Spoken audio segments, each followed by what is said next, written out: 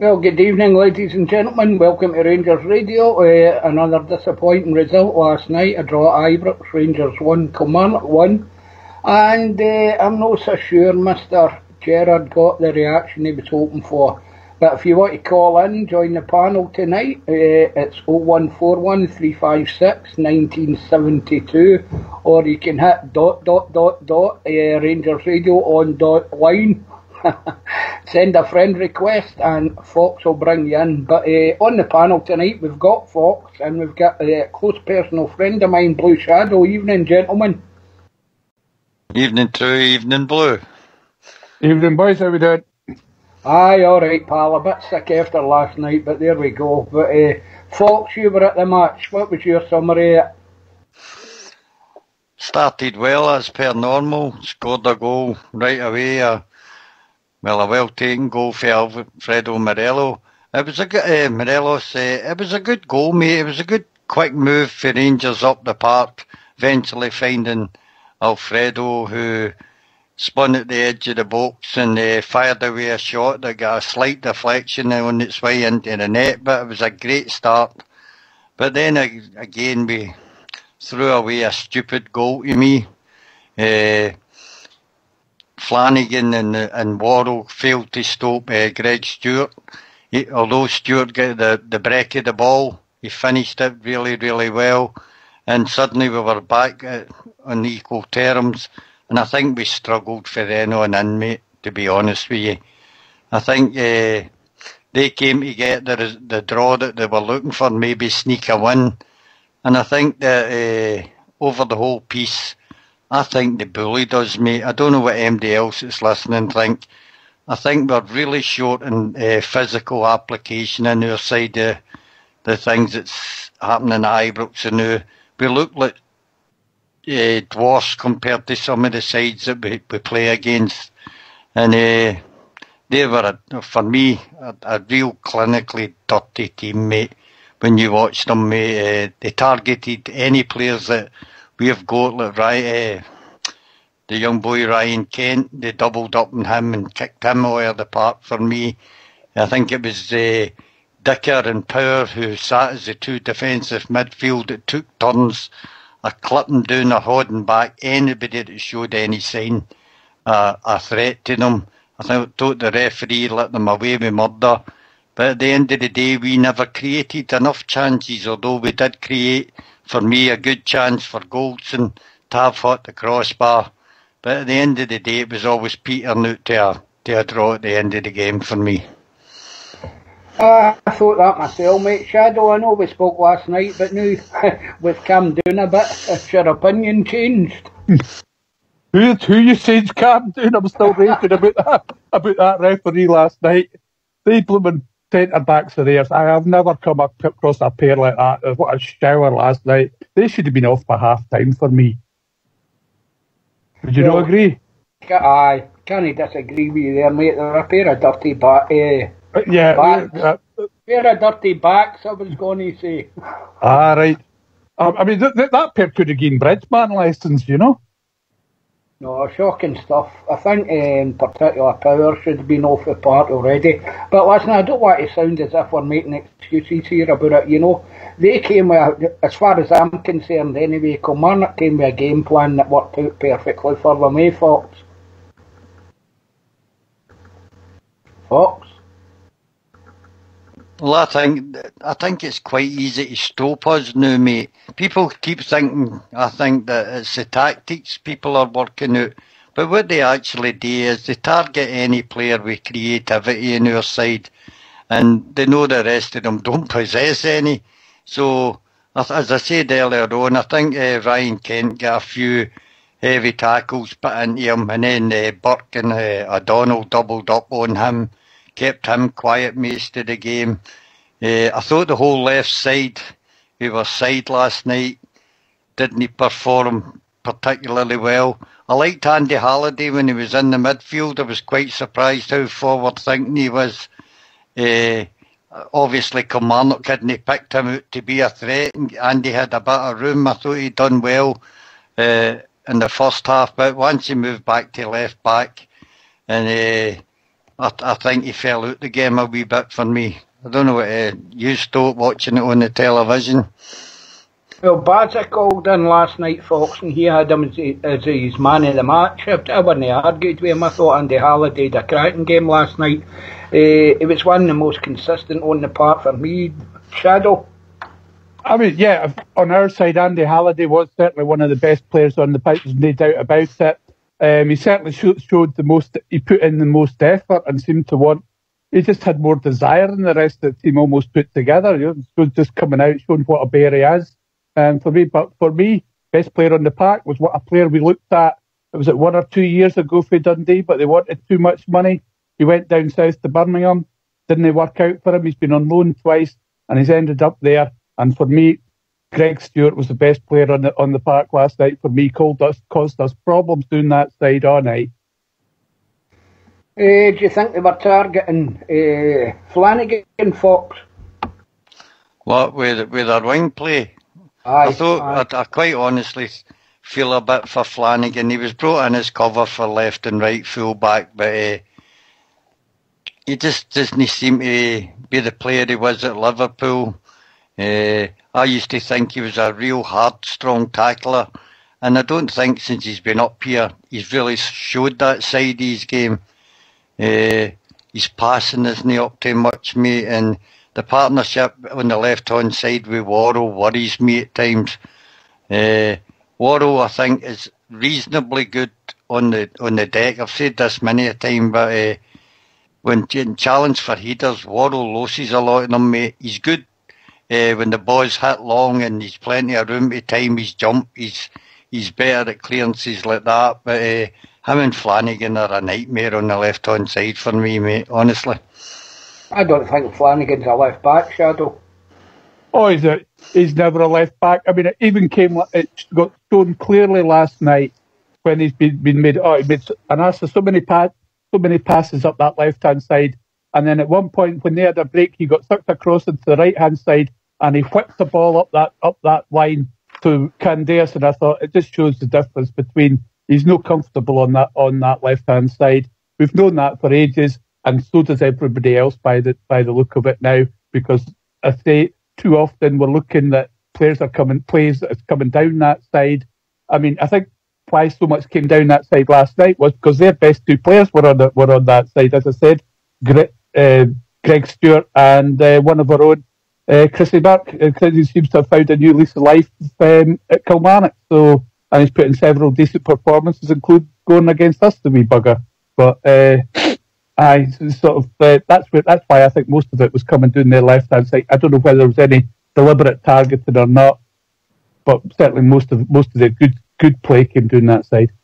I thought Aberdeen were targeting him on the Sunday. I thought Aberdeen were playing that side as much as they possibly could as well. I think he's been identified by a couple of the managers who know it's maybe been a weakness in the defence. And they're going from. I certainly thought that in the Aberdeen game, Fox.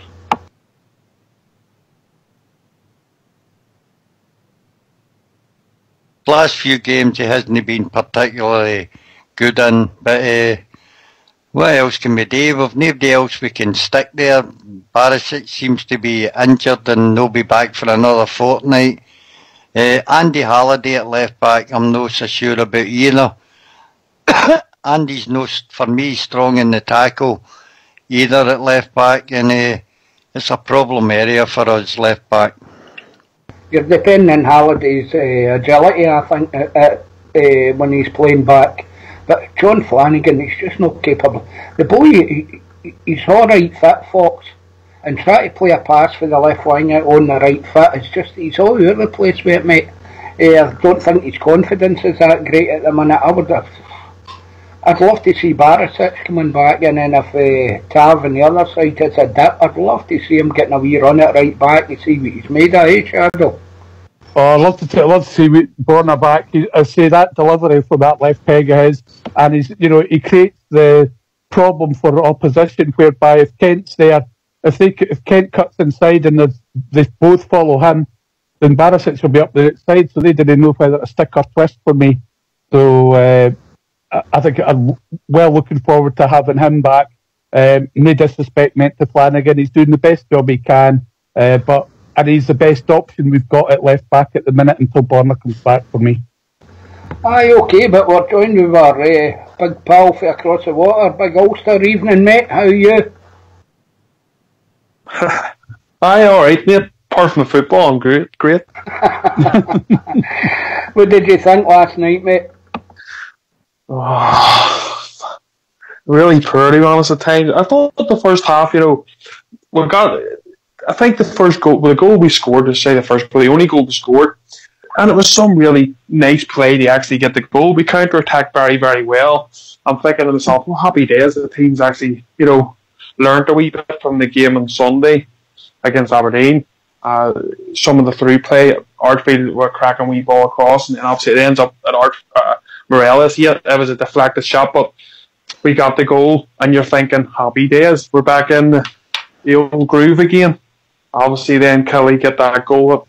Flanagan, for me, at the left back, was tortured most of the night by Burke, to be fair. Obviously, they scored it. It was a nice goal. Should have been took out. The ball should have been took off him, but it didn't happen. The fella obviously running, got his goal. We sort of dominated them from then on, without really being that dangerous. We had a lot of the ball. We had a lot of the attacking play. We just didn't have that final ball or that run, and the clear-cut chances really to defeat Kelly, even though we had the ball a lot. And unfortunately, it fizzled out a wee bit, didn't it, towards the end. Like I know the gaffer changed it up a wee bit earlier than what he normally has.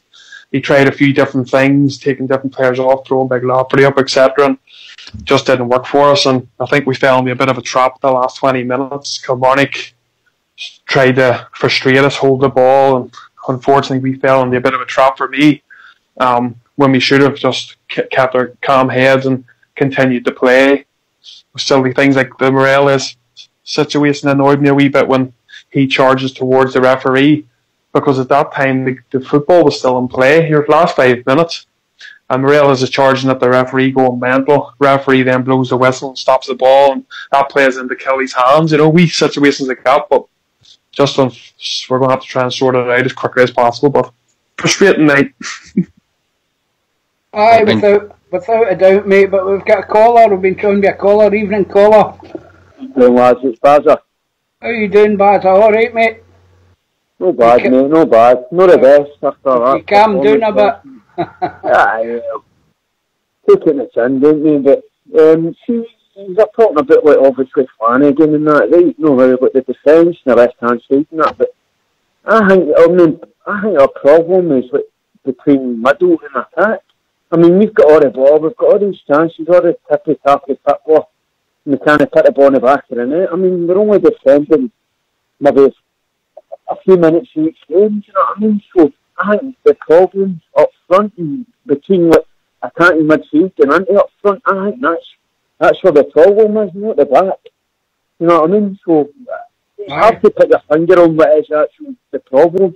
That's the way I've been wanting to put the day, thinking, I don't know, obviously Flanagan's right fatigue and that, blah, blah, blah, but I think there's more going on up between middle and front. I think I don't know, it's just as if I'm not clicking up there, but we've got all the ball and all that, so I think it's up there we should be looking at. Mate, I remember having this conversation in Warburton's time.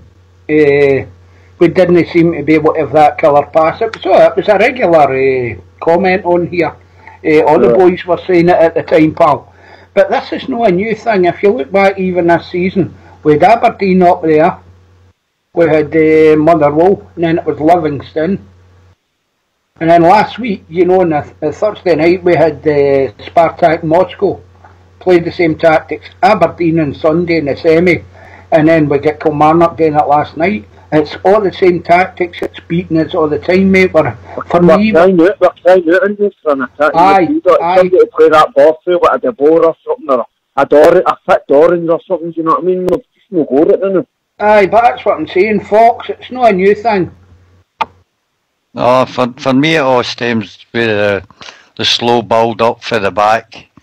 If we get the ball in defence after the opposition have had an attack on us, mate, we take an eternity to get it up past the halfway line by that time all their players file back into position, and then we've got the likes of Kent, Morelos and maybe Candias up there who are totally outnumbered. I mean, there was times last night when they were sitting with seven defending, mate, and maybe more than that, because Burke was doubling up on Kent, and Jordan Jones, although he was kind of left upfield hoping for a breakaway, they had more or less their whole team behind the ball, and we were slow build up. We're finding great difficulty in finding a man with a decent pass, and I don't know how we do this. I don't know if we go more direct and push, but just bypass putting the ball to Goldson and Morrow and just going directly up front and let us get our midfield across the halfway line while they're still trying to file back into position. The build-up, as I say, is too slow, too methodical, and it causes us problems. Yourself, Shadow, it's been an ongoing problem, not just, even pre-Steven Gerrard, I think. Oh, long to me. And I'm going to shock Fox here. I totally agree with every word he just said there. Sorry, you can sit down and have a drink now, mate. Because we're too slow from front to back by a mile. If you look at me, and if you want to know what we should do, I mean, the one time we scored last night was the one and only time for me we moved the ball quickly from back to front. Like that. If you want to know how to play it, you watch how Leicester did it that year they won the championship. They broke it lightning speed, and we've got the players in that team to do it. They just need to they need to just focus on it, and Steven Gerrard needs to get them on the practice field and practice it for me, because it's something that they're not doing at the minute, and I don't know whether they've been instructed to do this slow build up or whatever. But Fox is absolutely right. But by the time we get the ball in the halfway line, there's back there. They've got two lines of five, and our forwards just don't stand a chance. Shadow, mate, do you know the reason they scored that goal last night is because Kilmarnock were attacking us and we had them in the counter. So there was space, you know what I mean? So the reason why you're more scoring is because everybody's putting 10 men behind the ball. You know what I mean? The only reason we got that goal last night is because they were attacking us and we get the break of the ball, and then we hit them in the counter. You know what I'm talking about? So we need to realise what teams are going to do. That's not me. Liverpool, Man City, and all that. How did teams got to put 10 men behind the ball? But we need to find a way of getting around this. You know what I mean? Instead of just going, this team will sit in. What are we going to do? Do you know what I mean? We need to get a way around this instead of just making excuses all the time. You know what I mean? We're not going to win the league, man. If we keep doing this. It's not exactly what Fox said.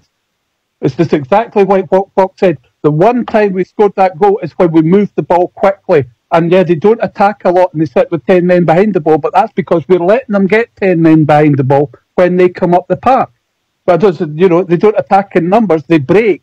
But when they get forward, we've got to get the ball off them and press them quickly, which we were doing, and then move the ball quickly, and that's how you get your chances, and that's why Morelos scored last night.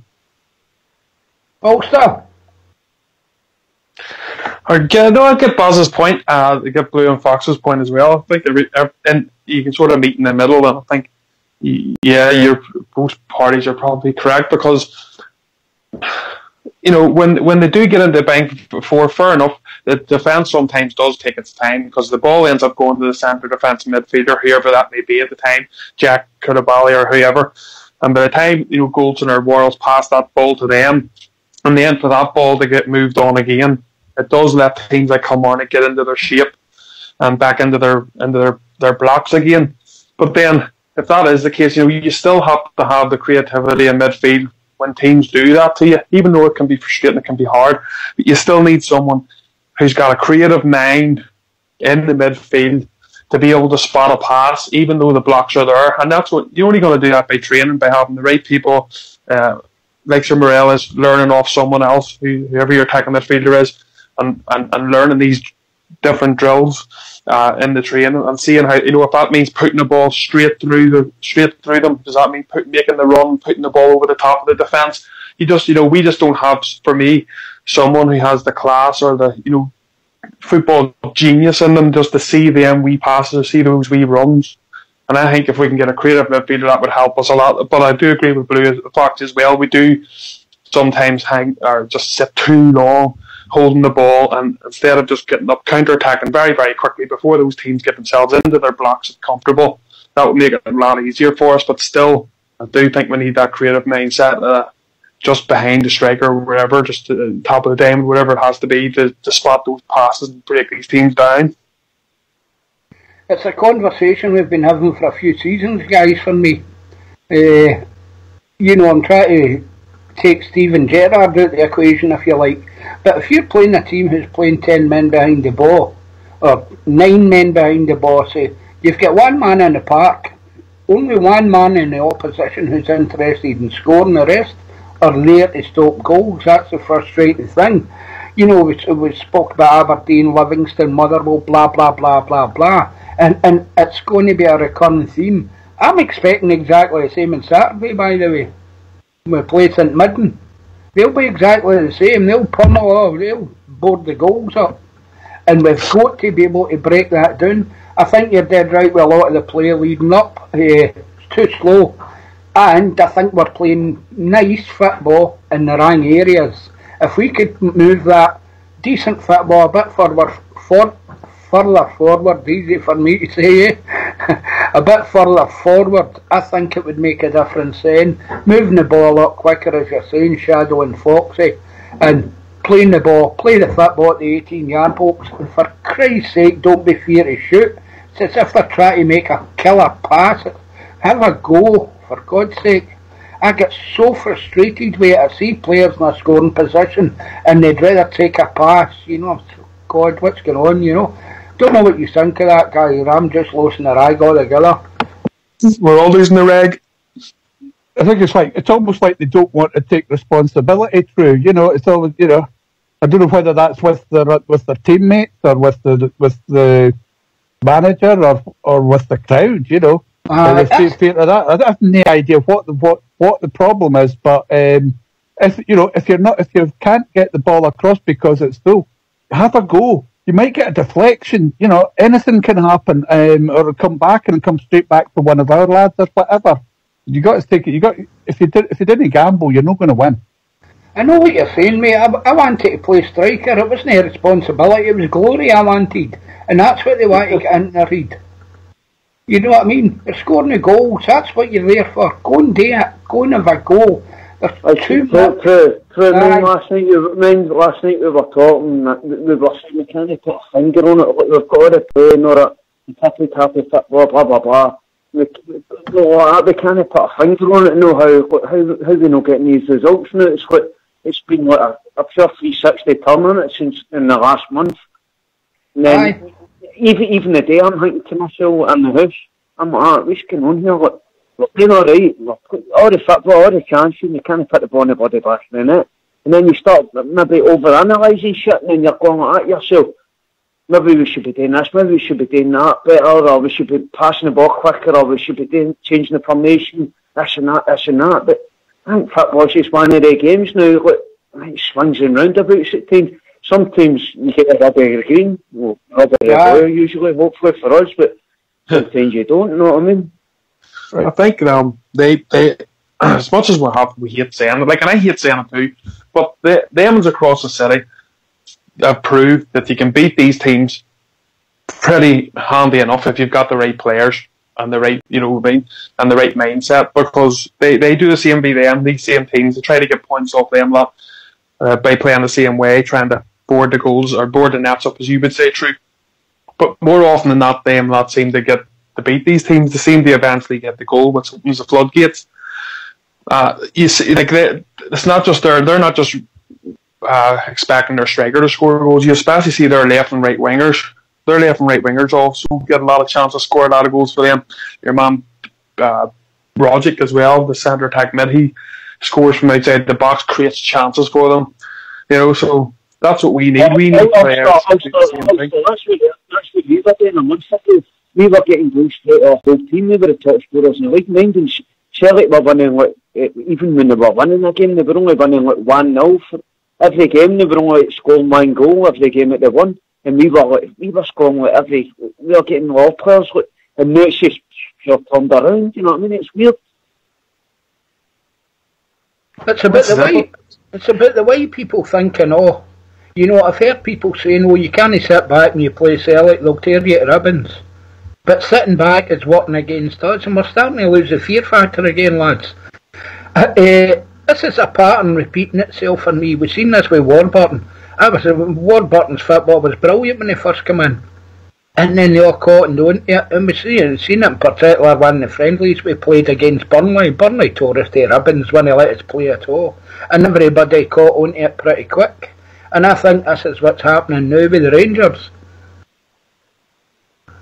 MD? I tell you, Travis, at that Burnley game, they beat us 3-0 at Ibrox, didn't they? You're right with that, mate. But the Warburton thing was just typical. Like, Plan A doesn't work, then Plan A will need to be better. You know what I mean? I think Gerard's got a good background with coaches and that about him, so like, he's no daft. The way Warburton is more stubborn, isn't he? So I hope it doesn't go that way, but I think we've just been unlucky the last few games. Like, we still I mean, Aberdeen on Sunday, you know what I mean? The chances and that we've had, but it's just funny. The football's a funny old game, and that can happen. So I think it's just swings and roundabouts football. Do you know what I mean? The rubbery blue. You know what I mean? We'll get the rubbery blue shortly. Aye, well, I hope you're right there, Baz. You know, but as I say, for me, I think teams know how to play it now. It's the same old story, isn't it? They come to Ibrox, and if you can keep a crowd quiet for 20 minutes, you're in with a shout, and then nerves transfer onto the park. I hear all this stuff, you know, but as I say, that's the fundamental difference for me. They talk about Celtic. If you sit back against them, they'll destroy you. But if you sit back against Rangers, you've a chance of getting points out of the game, eh, Shadow? It's looking that way for the last month, certainly true. Ever since we came back from the international break, I've no idea what's changed. The team seems to be lacking in confidence. I mean, young. I know, right. Right, thanks for phoning, Baza. Right, but young Koulibaly's a prime example since he's come back from injury. He's not a shadow of the player that he was before he got himself injured. Whether he's fully 100% fit, whether his confidence is gone or whatever, I've no idea. But the lads, as I say, he's changed beyond all recognition. He's no even half the player he was beforehand for me. I think he's still carrying an injury, mate, but we've been joined by another caller. Evening, caller, how are you? Yes, good evening, it's Dutchy here. Dutchy, brother, how are you? Fine, Dutchy. Hi, how you doing, Ulster? Sorry to stop you in flow about everything, because I've been listening to it all along, of course, but I just wanted to say that on the very rare occasion that I'm in Glasgow, I had the pleasure of being at the game last night, and I was in company of a few of our fellow Rangers Radio listeners, and if I may, I'll tell you the number of people that I've met. First of all, Skipper arranged it all for me, got a ticket, and he arranged for me to meet Fox, Little Blue, Kellick, Travel Ruck, and Broxy Teddy. And Skipper and Fox in particular made me extremely welcome and guided me where I had to go, because I hadn't been in the company of Rangers Radio people before. Fox kindly gave me a CD which Mrs. Dutchy enjoyed on the way home in the car when I arrived back home by rail tonight, and a badge from Skipper as well. But the company was absolutely fantastic, despite the result of the game, of course.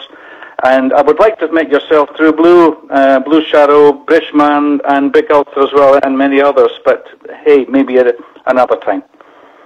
Dutchy, you've as much chance of meeting Lee Griffiths as meeting me. Well, I think I know where to find you, True Blue. Aye, mate, aye, in the quarries, working away, nothing else for it. I like yourself. Listen, mate, it's Rangers Radio, this is what everybody's about. You heard the Tom phoning in the other night and getting himself a ticket if I fell a dreamers. You know. Yeah. Really fantastic people on here, mate. They really are.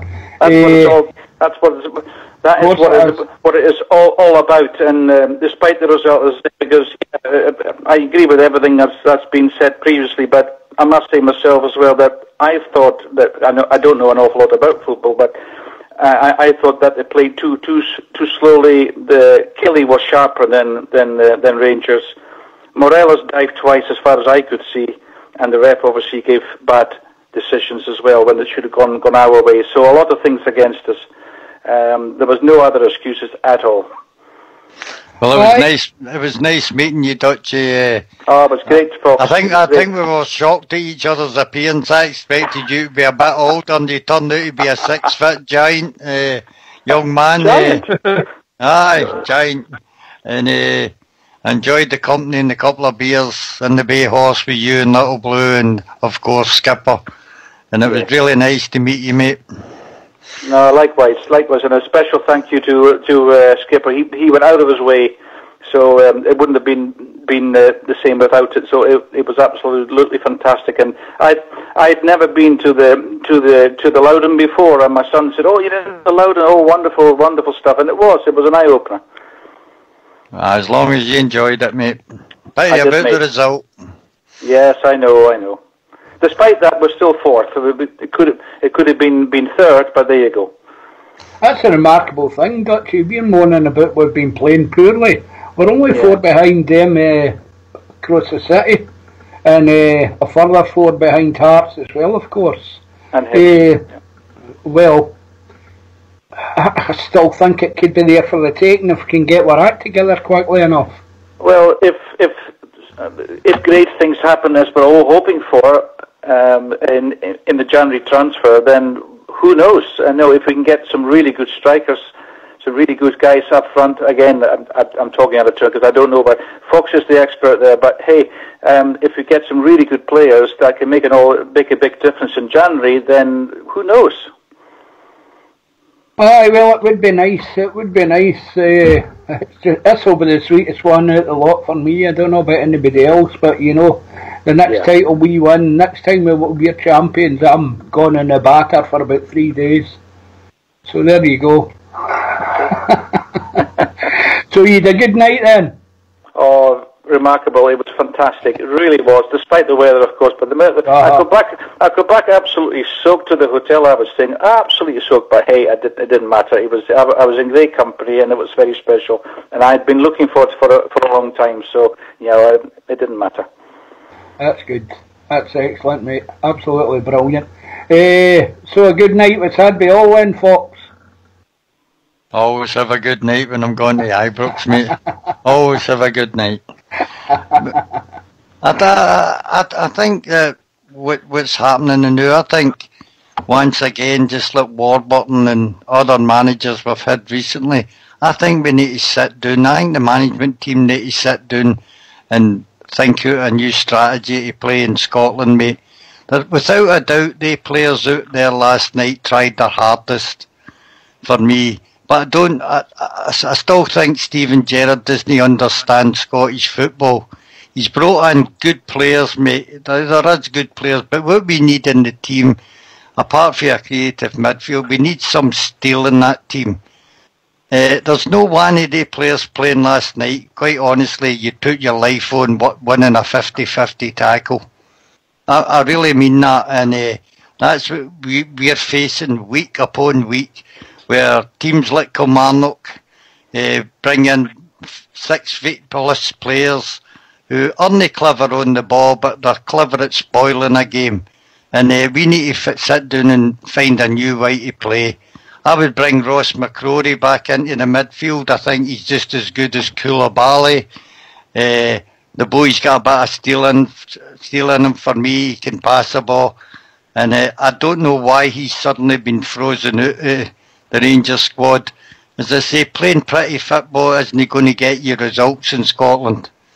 For me, we need a kind of Ian Ferguson backed up with a creative player, somebody that commands fear. Teams don't fear us, mate. They absolutely don't, because we're a powder puff lot. But we were getting that back, Fox. You know, I think we were getting that back, mate. With some of our football and the way we were playing. But But it's not the football, true. But where football's good enough, but that's not going to help you win in Scotland. You've got to match them physically. Aye. And Of course. I feel sorry for the likes of Morelos, who takes the beatings that he takes up front, mate, and he receives absolutely no protection for referees in this country.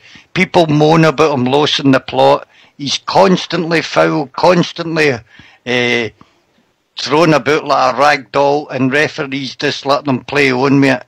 I watched Kirk Broadfoot last night when Morelos turned him and was heading into the box.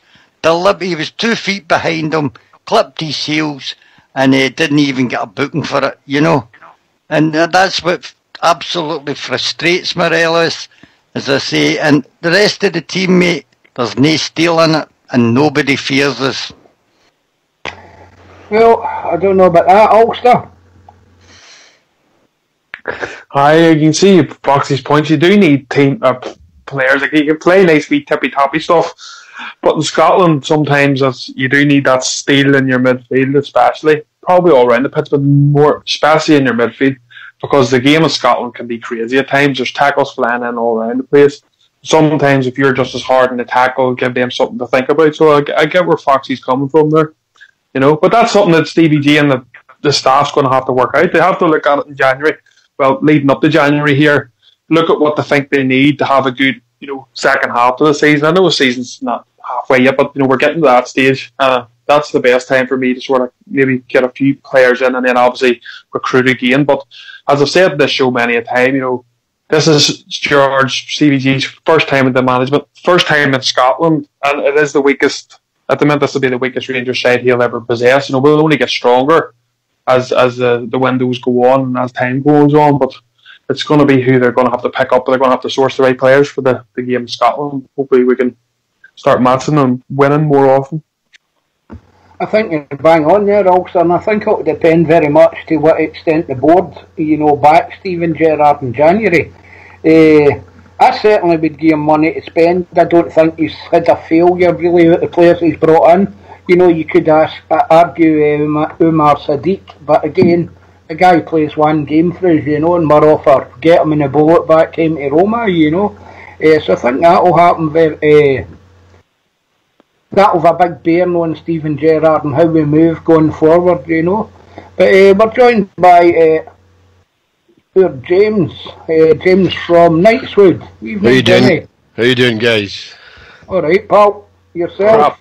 I've been well for 4 or 5 days. I took no well at half time at the semi-final and I left. Alright. That flu caught up with me, mate. But I got my bed last night to go to the game, but I wish I hadn't. The flu jab?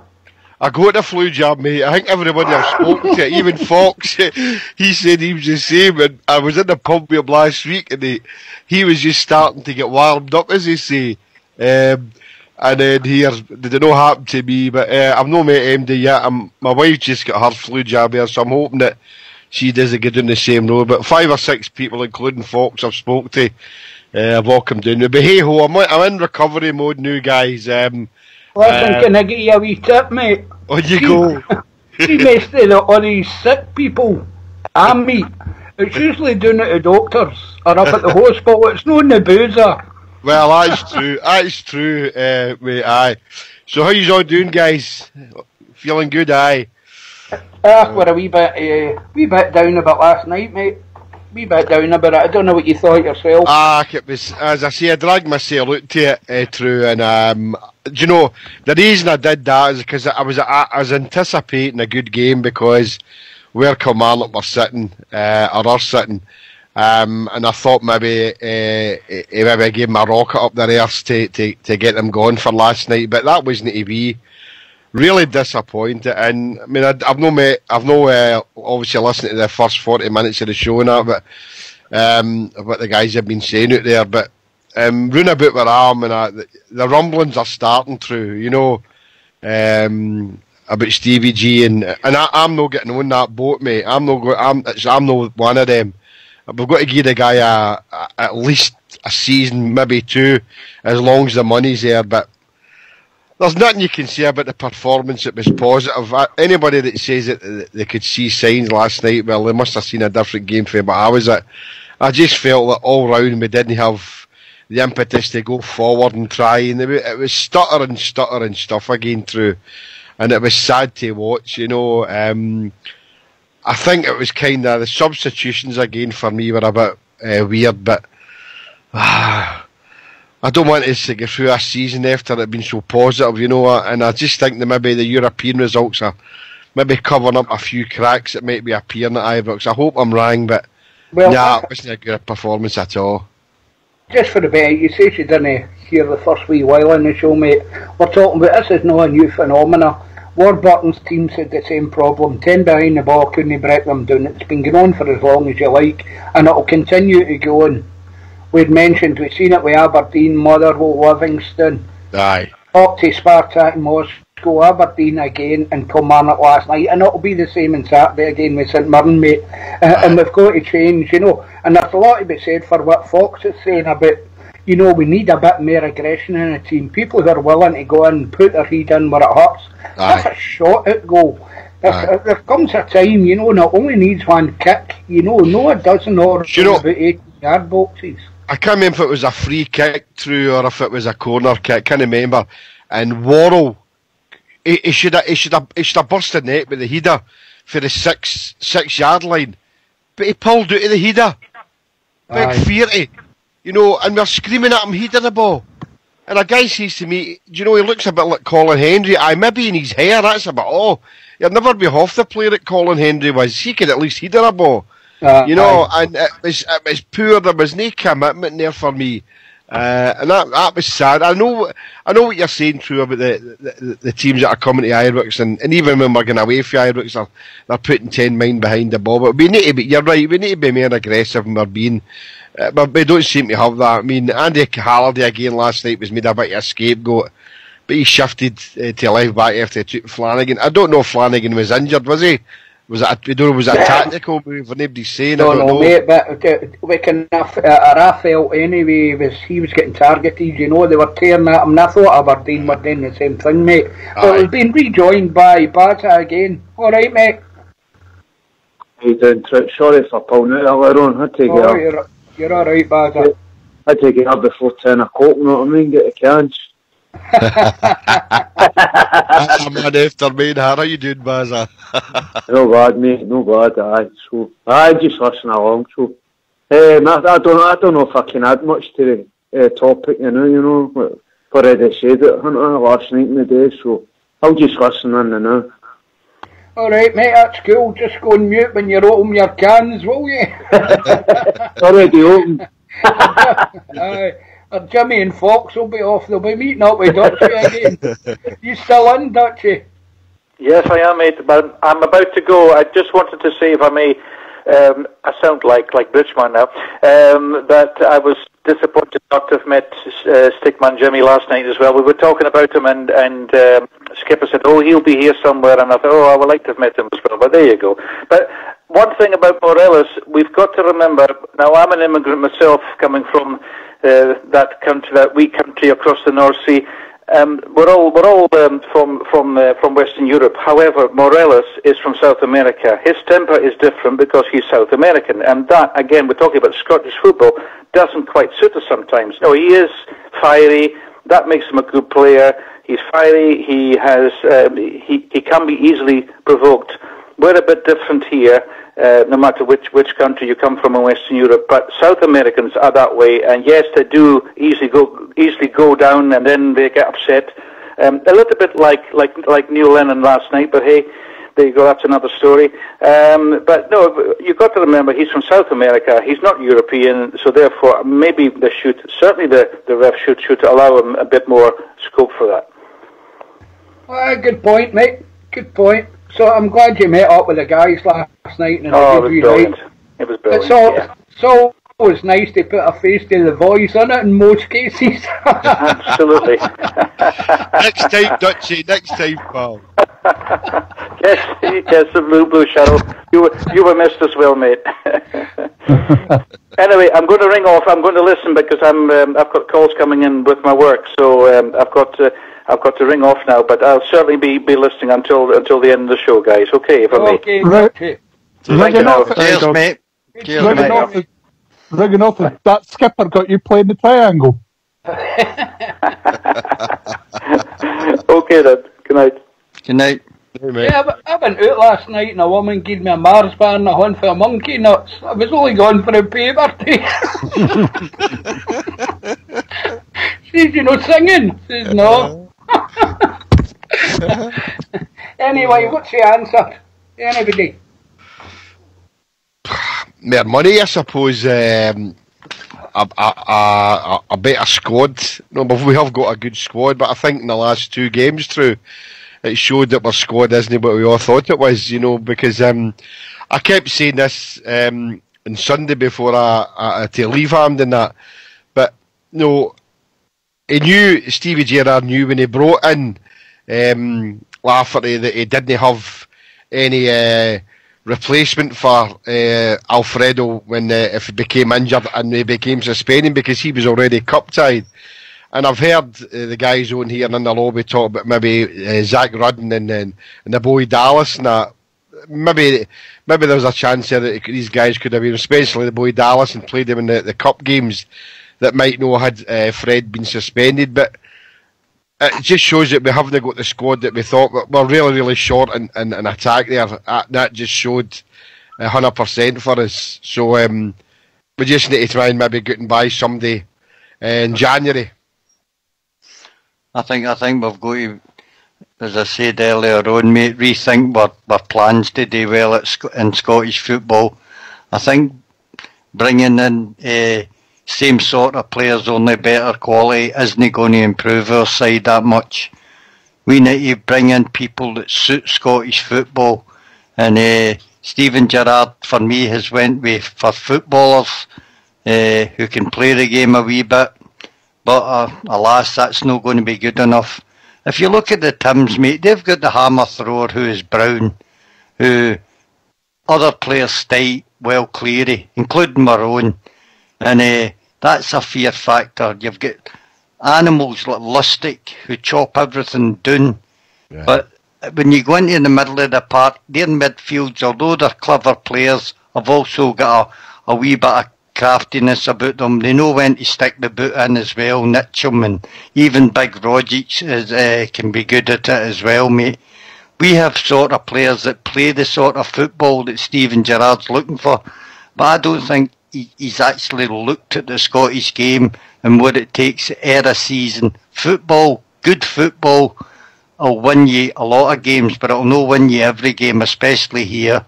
And the more money these wee teams get, they just keep replicating it over and over again. 10 men behind the ball, 6 feet tall.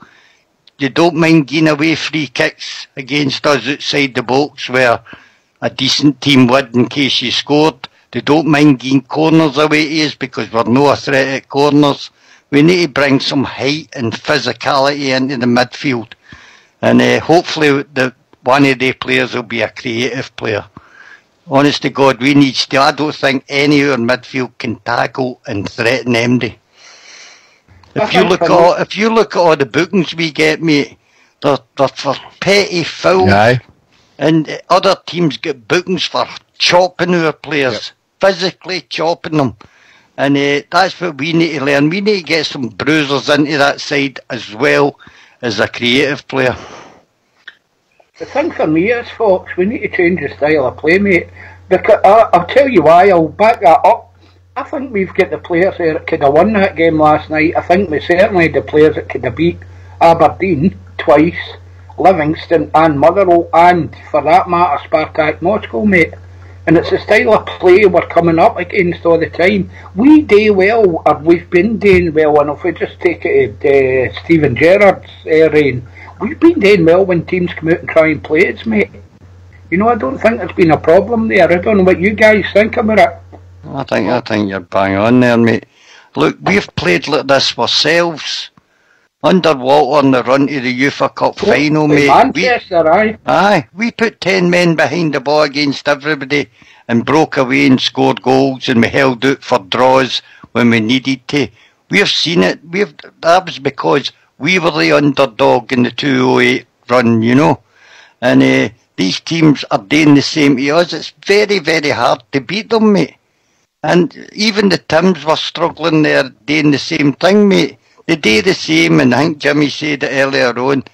10 men behind the ball, and that's it. That's it for the game. That's it. If you score one, they'll still play the same way. They don't come out and try and equalise, although Kilmarnock did last night. They just sit in there and then they'll wait to the last 10 minutes and pour men forward looking for an equaliser. So it's 80 minutes of playing defensive football and 10 minutes if you can get a wee chance at the end. Yet the newspapers and the press up here praise Stevie Clarke. Oh, he's doing well with the budget.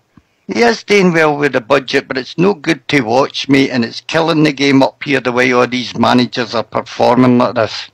I think the problem is up here, but Fox, survival. It doesn't matter how. This is the problem, I think. I don't know if the whole system needs change that make the football.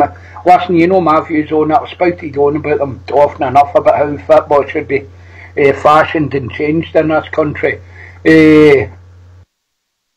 I've been going on and on about it, and I think that's the problem. Ulster.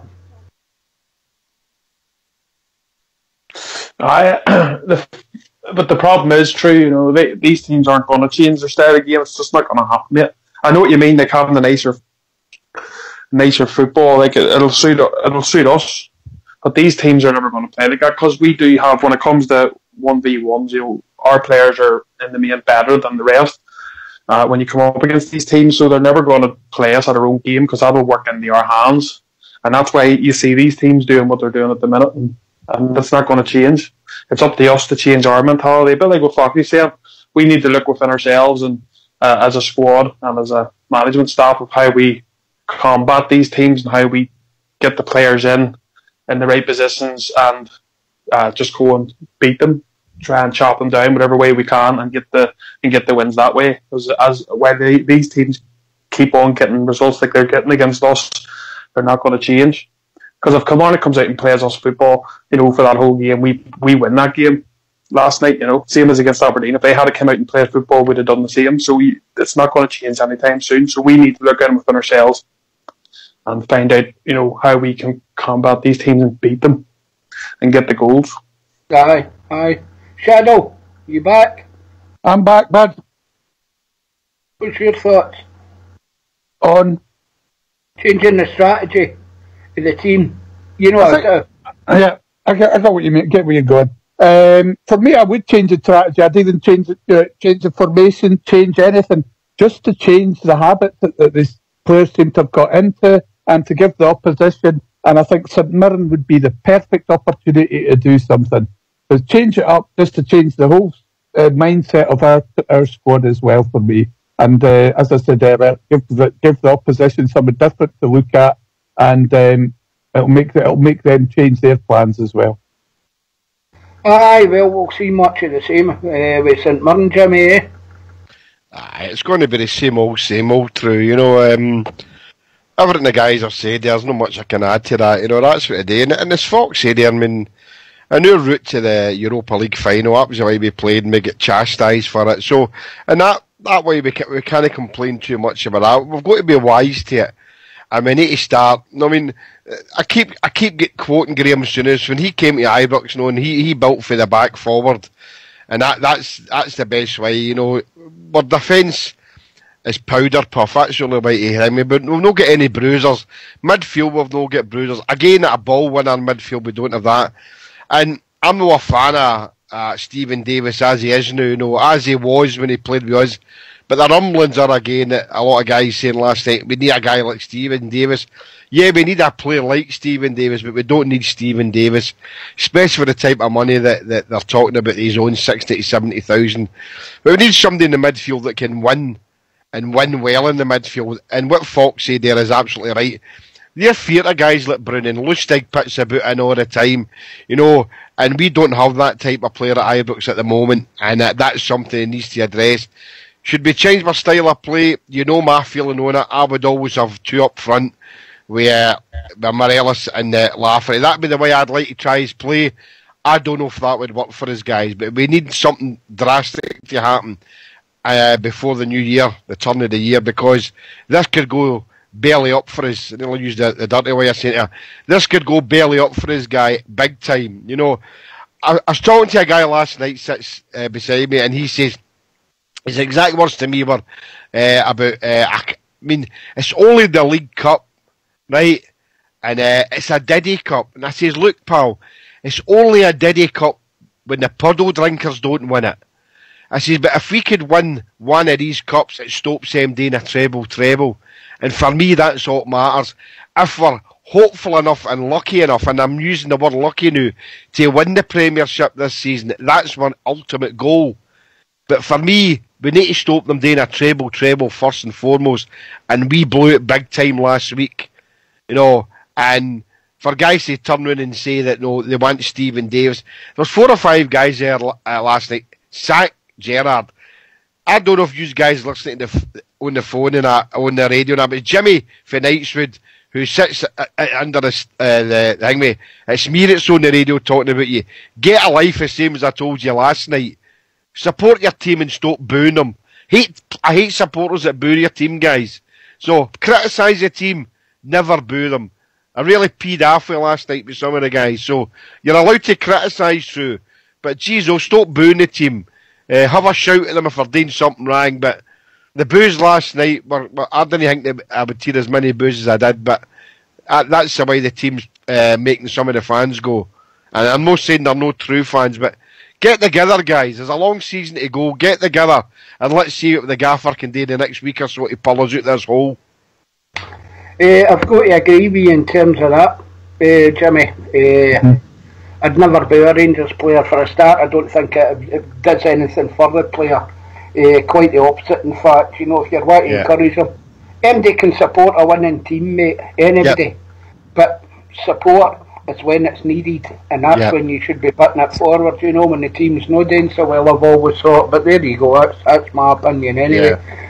But Stephen Gerrard actually mentioned it in his interview, and we'll hear that after the tune. It's only a short interview, but he was sick last night. You know, he's mentioning, you know, it's results like that gets him his books. You know, well, he's well aware of that. You know, as every manager in the country is. But for me, I couldn't agree with you more, mate. I don't want to be a Rangers player ever in my puff, ever. And believe me, if it's some in the last few years, it could maybe bring it out me, but... aye. Of course, you're right there, True, but but at the same time, I mean, look, I know the tunes come on a sec, but look, we've been in a lot of dark places here the last few years, when they were winning everything, the puddle drinkers, right? But we still went and supported our team. Don't boo them. Criticise them, because you've got a right to criticise. But Christ's sake, stop booing them. Support them, give them your cheers. I cheer my team off the park every game, whether they win, lose or draw. So guys, get behind the team. We are the Rangers. You sure, Jimmy, you sure you're not getting met? A lot of people run about me booed the referee when they come off, mate. I think, know. You know, I think that might have been picked. I didn't hear MD. No, I would agree really having... I would agree with you that there was a lot of booing for the referee, but there was maybe 7 or 8 guys running about me who were getting it for the full... nearly half an hour of the second half, folks. You know, I might have picked it up wrong, but I still hate to see guys, whether it's one guy or 101 guys, booing the team. You know, get behind. The referee was poor, I understand that. You know, but at the same time, you know, get behind the team. No, if the booing was off for the referee, I'll take that comment back. But there was guys who about me were booing. That's blah blah, and they weren't naming the referee, you know, blah. So they were. Can I come in there, Prue? Can I come in there, Prue? Go ahead, Baz. I don't wait on an invite, mate. Just come in, Baz. I'm listening to Jimmy and Fox saying that talk now, and I totally agree with him. You know what I mean? I'm 38, right, and I've been going to the games since I was 7 or something with my dad and that.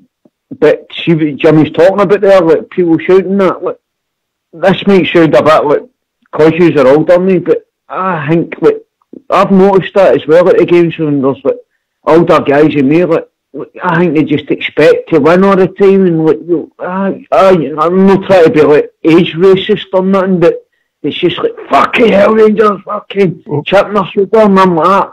Do you know what I mean? Fucking hell, calm down, you know what I mean? Like, and it's just like older guys now just expect we should be winning. We are the people, do you know what I mean? And I'm like, fucking hell now. It's just what's going on here. Just hold on with your language there, mate. You go to watch what you're Sorry, saying.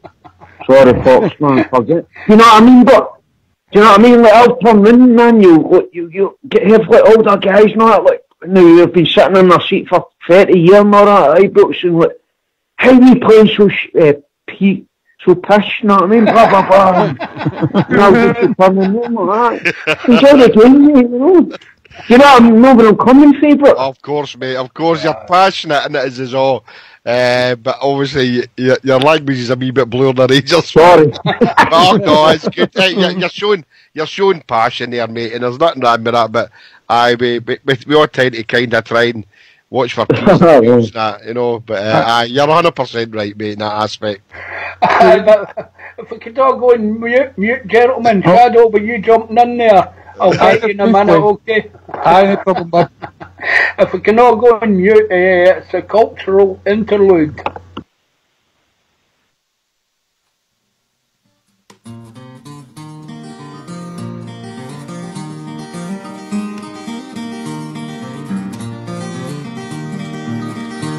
Ever since I recall, I have followed football, and ingrained in my heart are the Rangers FC. Through good and the bad, times of happy or sad, it will always be Rangers for me. For when I was a lad, I was led by the hand down the Paisley Road West. I will never forget that beautiful sight of the red, blue and white. From the day I'd be Rangers for life. And I vowed to my dad, if I too have a lad, I would show him the way as he did on that day. And so now here I stand with young Lyle by the hand, after walking down Paisley Road West. For when I was a lad, I was led by the hand down the Paisley Road West. I will never forget that beautiful sight of the red, blue and white. From that day I'd be Rangers for life.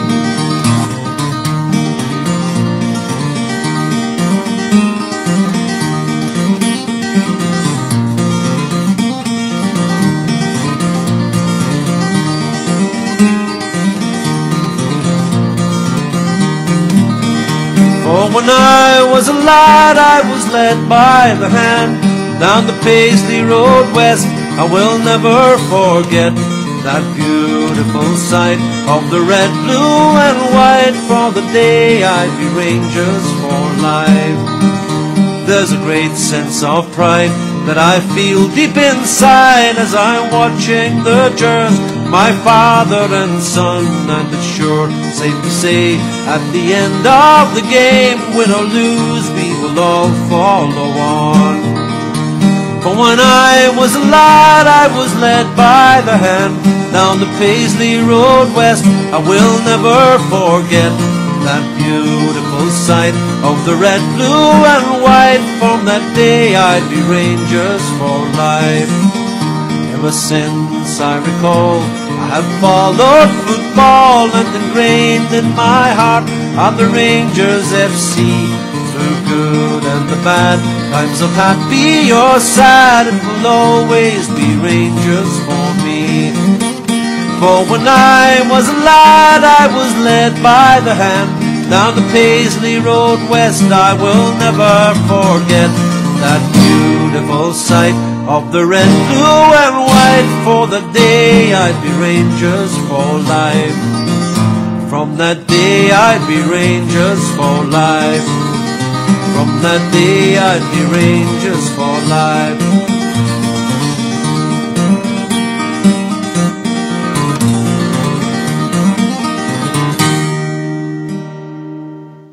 Yo, great tune. Right, folks, I'm raging. I'm getting onto the internet, Crackpots Union, I've got accordions in my temporary 0 hours contract. I will give you 100% rise, will that do you up? Aye, right enough, aye. But that song's quite apt, mate, innit? It's true, you're a Ranger for life, Aye. good or bad. Yep. Look, Yeah. we're sitting here, we're 4 points behind them. If we can maintain that to the January transfer window, mate, we're no out of the game. The thing is, we've got to maintain it, so we need to find another way. When we go 1-0 up against teams like Kilmarnock, we've got to sacrifice sometimes the attacking football that leaves us a wee bit open to the counter-attack. Sit in ourselves and defend our lead. I would take 1-0s and poor football up to the January transfer window to keep us in touch. And the fans need to understand that. Well, I think we all do understand that the result is what matters. I like Stephen Gerrard's attitude to football, that he wants to play attacking football. But at this time in the season, mate, it's points that matter more than attacking football. And we need to find a solution to stop losing goals at the back and letting these teams back into games. Attacking are attractive. Shadow was wanting to come in just before the tune there. Blue Shadow. Sorry, bud. He did that on purpose just because it was me. Didn't he? Right, anyway, just because I keep him right. No, but I was a question for everyone. Is it time that the manager doesn't worry so much about the football, but picks players that he can rely on to put in a performance? Perhaps say a midfield of someone like Ryan Jack, Ross McCrory and Andy Halliday against St Mirren tomorrow, because they're not fabulous sides. We put out somebody who we know is going to turn up and fight for the jersey. That's a great shout, Blue. Just carrying on with what Fox said earlier on before the tune, we need a bit of dig, a bit of fight in the midfield. I don't see anything wrong with that. That's what a lot of us were saying last night. Where is the boy McCrory? What's happened to him? Where is he? Where he is. He's played in the reserves. He played against Aberdeen reserves the day before. Is he not ready to play for the first team again? I think he's worthy of a place in the team. That midfield would be, but I'll be all right with that. I don't know. I heard you. I listened to a bit of the archives of a couple of shows during the week. Now, would you drop Tavernier? Would you keep playing Tavernier? He's Rangers captain. Should he drop him? No players bigger than I would drop Koulibaly for McCrory anyway, because that Koulibaly's done jack shit since his injury hunting. McCrory, in my opinion, McCrory should have that team before him. He's done nothing. I think a lot of us thought that Koulibaly wouldn't be playing last night, but what Blue said there is right.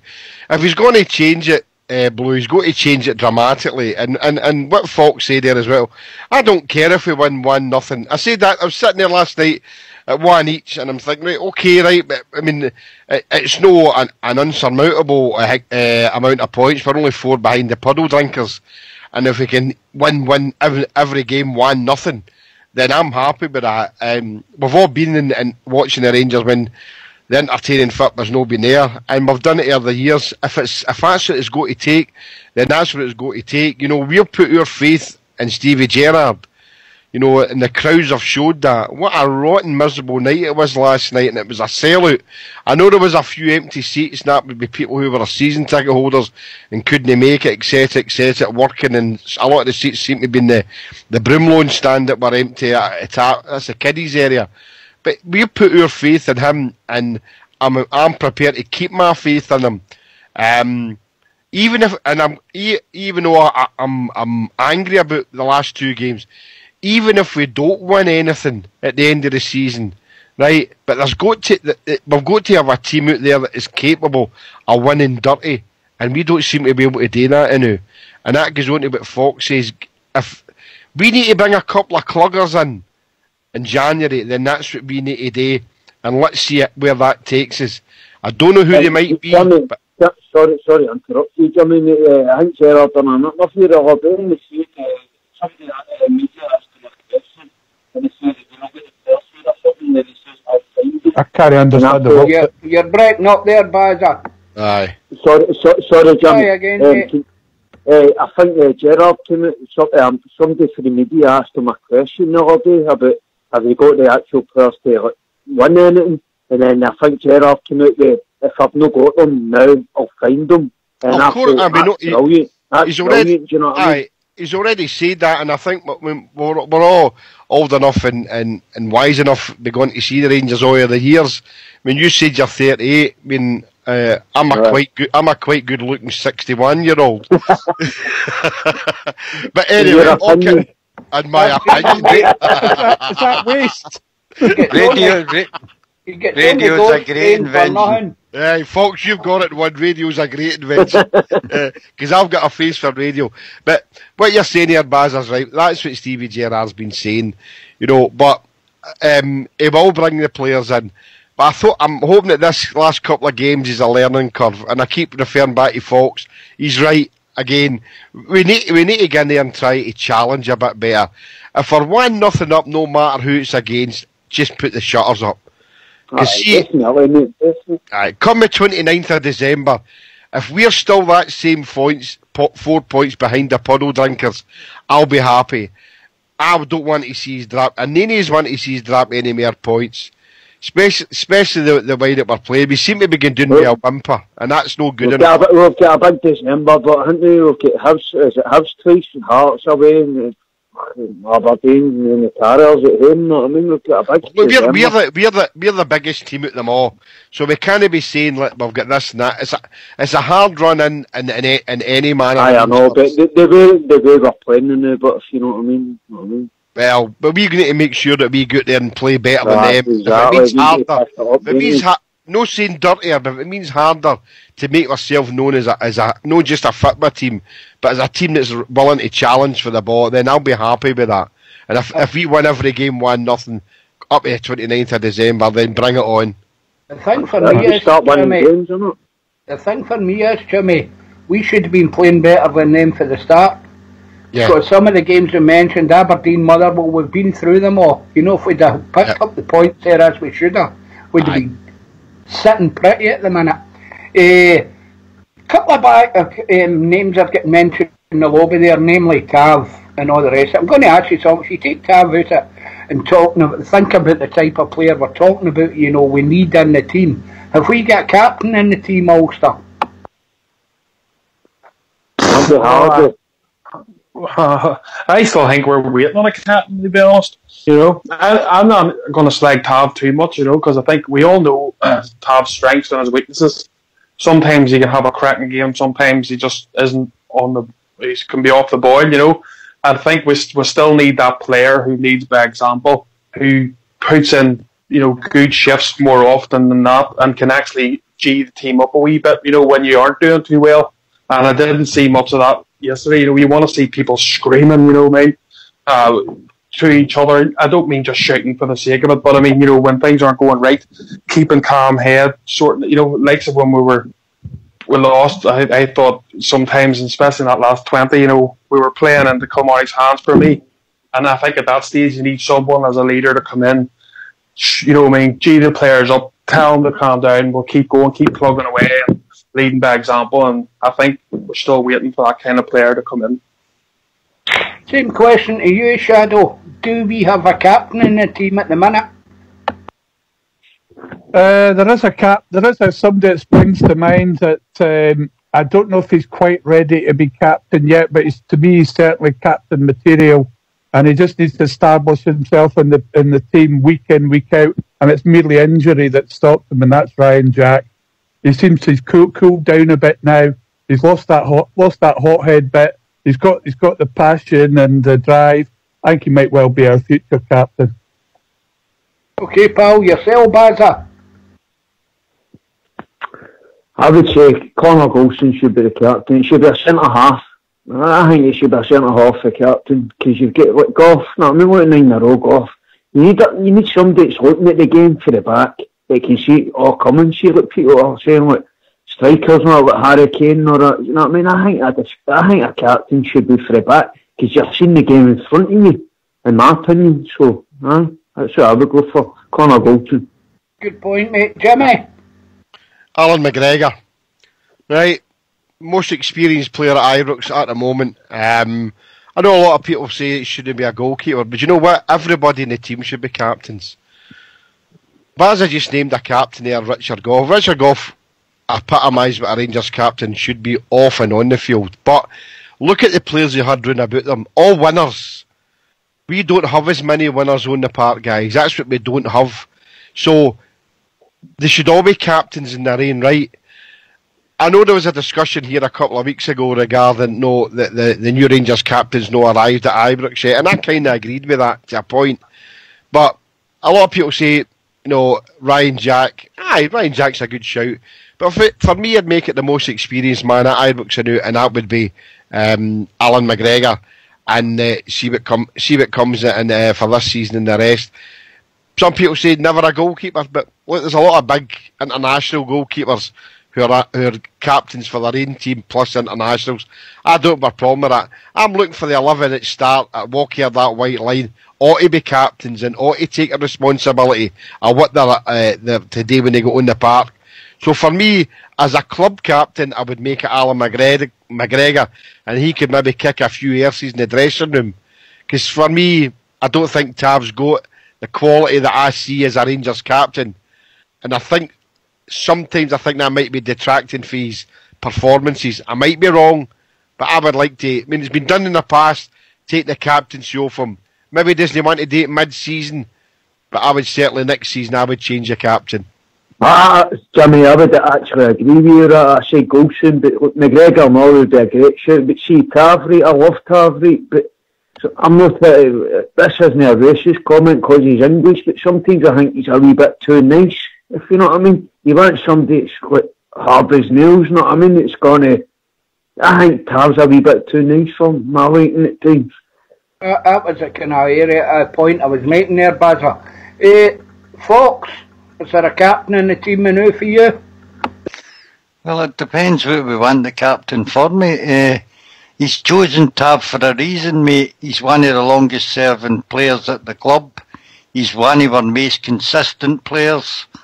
And I think he's a good influence in the dressing room.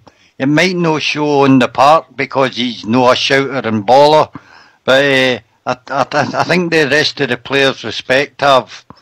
I think he's a good player. I think he puts his whole heart into every game that we play. And as I say, as consistency goes, the last couple of years he's probably been my best player at Ibrox, mate. I can see why Steven Gerrard made him captain. I can also understand everybody else's point that they want to see somebody that forces the team on. But at the moment, he is captain.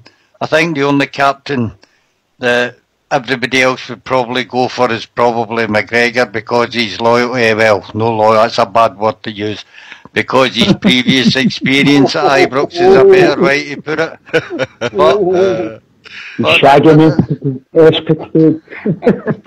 But anyway, moving swiftly away from that, Mark Foxy boy. Yeah. We've been joined by another close personal friend of mine, Big George. Evening, George. How you doing? How you doing, boys? You alright? Hi, George. Hey, mate. That's a great subject you're talking about. But see, for me, Ken, you could go through the team. I'm no Tav's biggest fan, but I don't think he's the worst guy in the world. Don't get me wrong. But for me, looking back at the teams, go back the way it's not a captain you need. It's leaders, and there's a difference between a captain and a leader. And you have a captain on the park. Barry Ferguson was a captain on the park, but round about him had Stephen Davis, he had Kevin Thompson, he had all these guys round about him. And if he was having an off day, these guys would pick him up. But it's not about having a better captain. I think we need to. These guys need to realise they're playing for Rangers. And I'm not saying. I didn't think. Listen, I don't think this has got to. I'm putting my crash helmet on when I see this. I don't think we were terrible last night. There's just something missing. There's that wee. I don't know, that final ball between the midfield and the forward line missing. Is it bringing Morelos forward and putting Lafferty up front because Morelos wants to do that anyway? I don't know what it is, but We need a guy that's willing to take the scruff of the neck and start standing up. It's not about having a captain. It's about having leaders. It's about having guys that are willing to put their head in the parapet and say, look, let's get a fucking, sorry for swearing, let's get our act together here. Let's get these points. And we've not got that. And you've got all these wee daft teams, and I call them wee daft teams because that's what they're to me. Livingston, St Mirren, and all these teams, and they've got that extra 15%. They need to, our guys, because they're playing against Rangers. Our guys need to get that extra 15% because they're playing for Rangers. And if they can start to get that, by the way, this league's not done yet. I was gutted last night. I was gutted on Sunday as well, like everybody else. But the league's not done yet. People are booing Rangers fans off the park. Absolutely embarrassing. And I keep saying it, and folks say, "Oh, you're boasting." No, I'm proud. I went to 3rd Division, 2nd Division, 1st Division, 1st Division again, and I've done every one of them. And I've seen some terrible, terrible football players. In fact, the reason why I left a couple of games, I would never be a Rangers player, but I left a couple of games because I looked at these and I thought to myself, I should never think to myself, I'm better than that player on the park. And that's what happened a lot of the times when these guys were playing. Some people need to realise the quality we've got, and we're definitely getting there. I think we've got a good manager on in the dugout. We've got a good board behind us, for at last, in my honest opinion, and we're starting to get a team together. But we've got 21 players came in at the start of the season, or around about the start of the season, and we're starting to build a no bad team. Like Jimmy said, we're 4 points behind this amazing team that nobody can stop. 4 points behind them, and we're having a terrible season. They're having a great season. Well, let's just stay behind them till, like Jimmy says, the next Old Firm game at Ibrox, and let's see how clever they are then. I didn't think we're that far away. I think we just need to keep the belief and start winning these stupid games and stop dropping daft points, and we'll be alright, by the way. That's the thing, George, though, we always say it, the mark of a good team or a championship team is a team that can play poorly and still come away with the points, and we've not been doing that, and I don't think we've been playing particularly poorly, but there you go. But we'll hear in a minute. Fox will get it lined up for us. What Steven Gerrard says after the game last night. See my point in there, true is, and I've said that a lot of times. Well, about a lot of teams over the years got the 9 in a row games, got to different games, and I thought to myself a couple of times, even with Alex McLeish's teams, and at one season, the season we finished third, I thought to myself, this team isn't going to click. There's things missing for this team, and there's a couple of other times I thought this team's going to click, this team's not going to click, and I honestly believe, and put my hand on my head, I actually believe this team's going to click through. I do think we're a couple of players away from it clicking, but I think we're going to get there and just get these couple of guys in. Is it Steve Davis? I don't know if it is Steve Davis. Can we maybe be a striker short because we had no strikers the other night there, folks, and you only need 2 strikers. We had no strikers on Sunday to play with, so we're maybe just a couple of players just short here and there. Guys in the right positions. We're maybe expecting a wee bit too much. The young boy Middleton coming off the bench and things like that. I honestly believe it's going to click through and we're going to be alright. I honestly believe we're going to be alright, and we've got a no bad manager and a no bad wee team going starting to get together. Well, I admire your optimism, George, and I hope you're right, mate, as you know. But we'll see if Fox has got the Steven Gerrard interview lined up, guys. We can we listen to that. It's only a couple of minutes, and if we could all go on mute, please.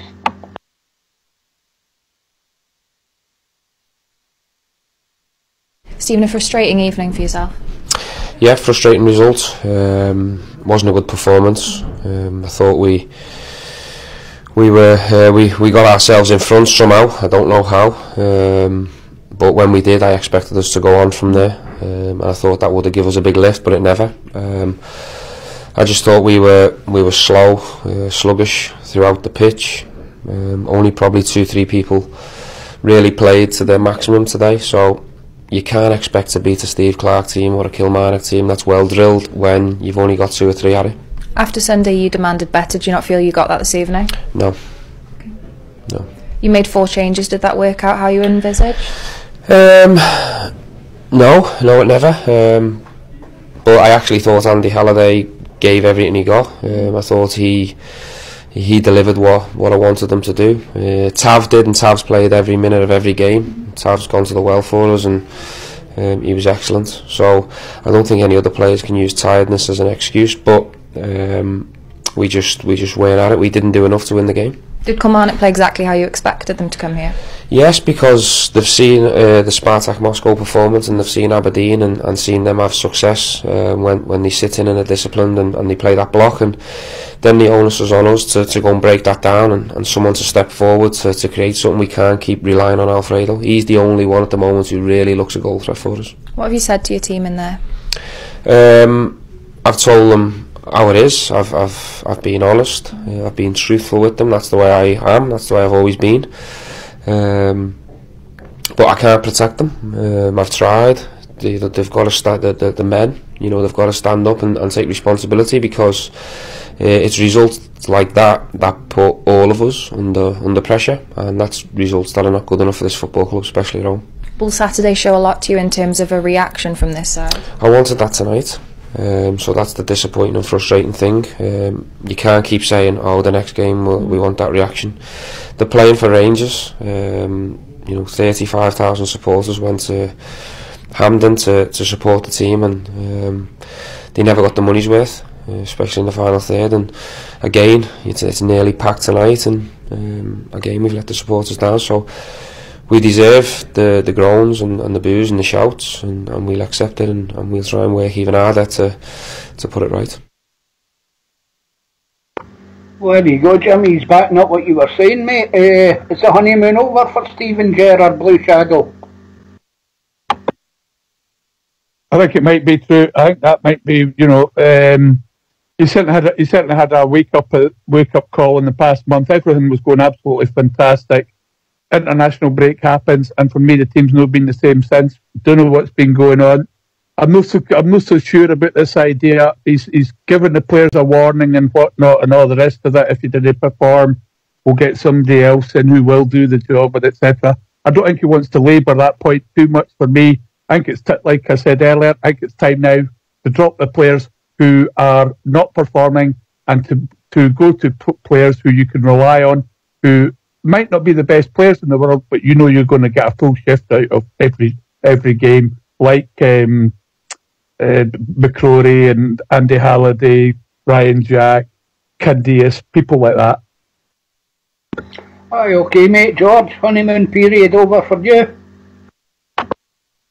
Oh, aye, it's now or never true. Again, it's the honeymoon period is definitely over. But for me, I mean, I'm still glad the players we've got in and the manager and that we've got in, but we need to start winning these daft games too. It'd be different. See if we had been beat. Now, go back to the start of the season, the game against Aberdeen. I thought we were excellent that day, true. I genuinely thought we were good that day. Dropped points we probably shouldn't have dropped. Things happened. But the game against Hearts, nobody's beat Hearts, or nobody beat Hearts up until that point, and we hammered them off the park, true. Ken, I think it should have been 5 or 6. That was the only problem that day. So, see if we had lost the games, true. I thought to myself, maybe we're not getting anywhere, but I think we're just that wee bit, maybe it's mindset, just away for winning these games too, because the games we're losing, I mean the points we're dropping, the Livingston game and that game there and the Motherwell game, I mean these games can be won, so it's easy to say they can be lost as well. These games can be won, so I don't think we're that far away, true. I keep saying it, but honestly, maybe I'll get proved wrong, but I hope no, but I don't think we're that far away, true, honestly, didn't I? Well, also, you can hear it in his voice. He's frustrated.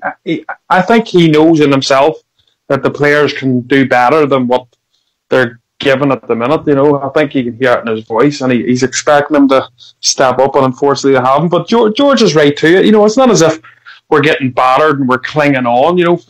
To get these draws or whatever. Or like the semi-final. We are the team in the ascendancy. We're it's just unfortunate we just can't seem to get that killer pass, and make these clear-cut chances.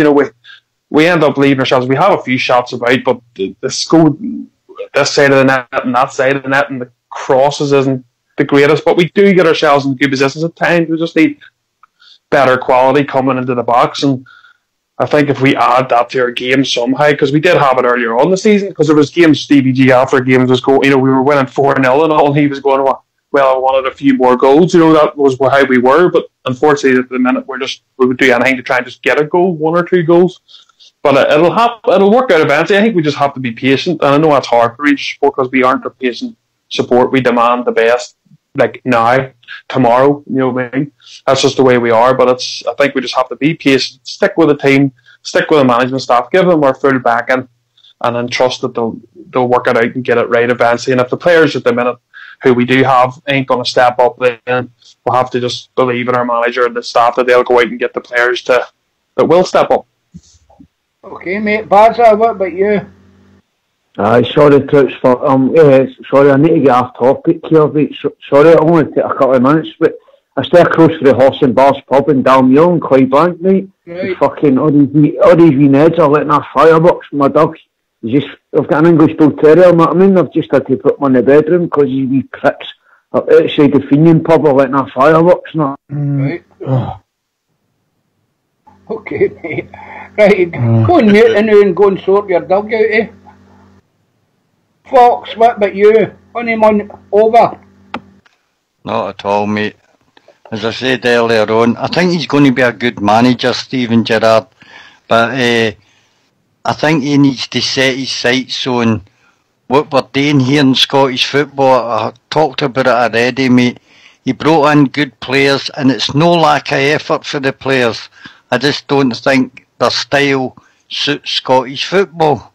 And I think this, he says, if people seem to do well in training and they don't manage to take it onto the park for some reason. I've watched the training sessions, mate, as much as you can on Rangers TV, and it's all based on quick passing. You know what we're talking about, quick passing, attacking football, mate. But when you're playing against 10 men, that's not going to work for you. I just think in the transfer market coming up that he needs to rethink that replacing the likes of Koulibaly with somebody similar who's just slightly better and will cost us 2 or 3 million isn't going to work for us. It's not going to make a great difference. I think he needs to think maybe if he was in the Championship instead of the Premier League in England, that you've got to have battlers in your team, and good footballers shine with the hard men round about them, and I just think he needs to rethink his strategy for Scottish football, and I think the Rangers support should give him a bit of time, stay off his back. He's only been here less than 6 months, mate. Give him time to figure it out, and I think he'll get it right in the long run. Okay, folks. Jimmy? Not at all. Honeymoon period's not over. Definitely not. I said at the start, disappointed obviously in the last 2 games especially. You know, we just didn't perform at all in a lot of departments. There was some positives to take for the game. I thought, as I said, Andy Harley had a reasonable game. Tav performed well as well. But look, as Big George said there, look, and I said at the start, 4 points behind the puddle drinkers. We've got a game in hand for Hearts, and they're only 8 points ahead. So the next 3 or 4 games are big games after last night's debacle, if people want to call that. We need to go to the St Mirren on Saturday and win that. Forget the Spartak Moscow game away. That's another no. But then we've got Motherwell, and then we've got Livingston at home, guys, before we play Villarreal in the Europa League. You know, and then the Sunday, we play Hearts on the 2nd of December, and that's away at Tynecastle, right? So, and then we play Aberdeen on the Wednesday night after that. These are all games that are, and we keep saying it, and I know I've said it, and we keep repeating myself, these are all very, very winnable games. But now it's games that we must win. No draws here, guys. We must win every game. Whatever happens in Europe, we know we're all going to take as a bonus. Stevie Gerrard has got to be good the time, and all the idiots are calling for his head on different forums I've been reading all day. Need to have a good look at himself. I know a lot of them can be young lads and lassies who maybe know get the full gist of what's happening at Rangers, and I hope that's the case. But I'm happy with Stevie Gerrard. I'd like him to bring in a couple of other players. I'd definitely like him to bring in another striker for cover. If he's not going to give the boy Dallas a go, and he's not going to give Zach Rudden a go. I don't know how you guys think about the boy Shankland. 50 games, 50 goals for Ayr United. I know there's a big cry out there, mate, say, wait a minute, it's Ayr United. Bring him in. If he's not going to date for his next season, he'll date for his following season. I've got friends who go to see Ayr United and they say the guy's a revelation. I know when he played against us, he didn't kick his arse, right? But he's a decent player, more than a decent player, a poacher, good striker of the ball.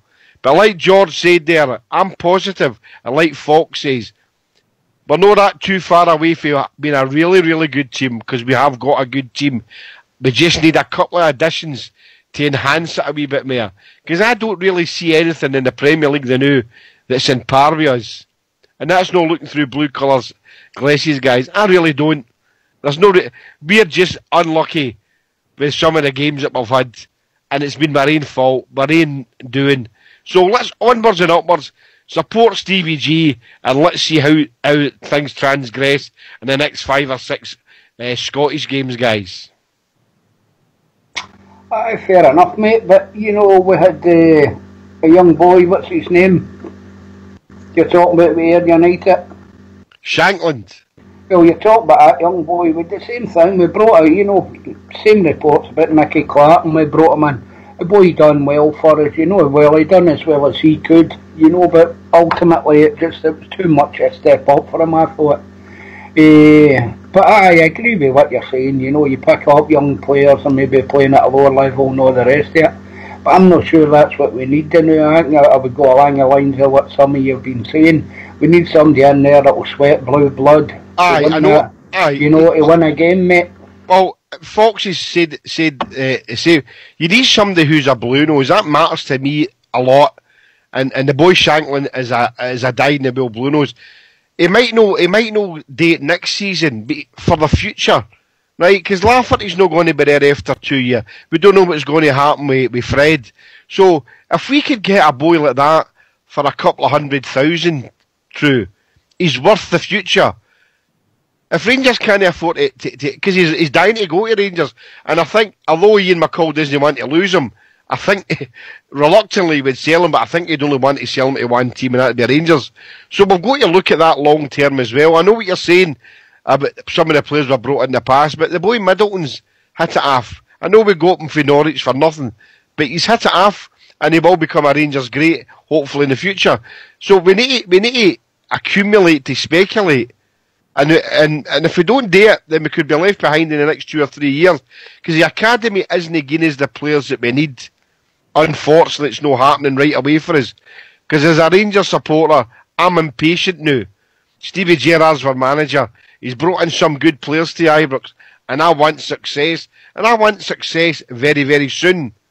And I don't care if it's a League Cup, a Scottish Cup. I prefer it to be the League. But I want Rangers to have silverware at the end of this season. And definitely next season as champions. And that's the way I think we should go down. That's the road we should go down. Honeymoon period isn't over for Stevie Gerrard. He's still a work in progress.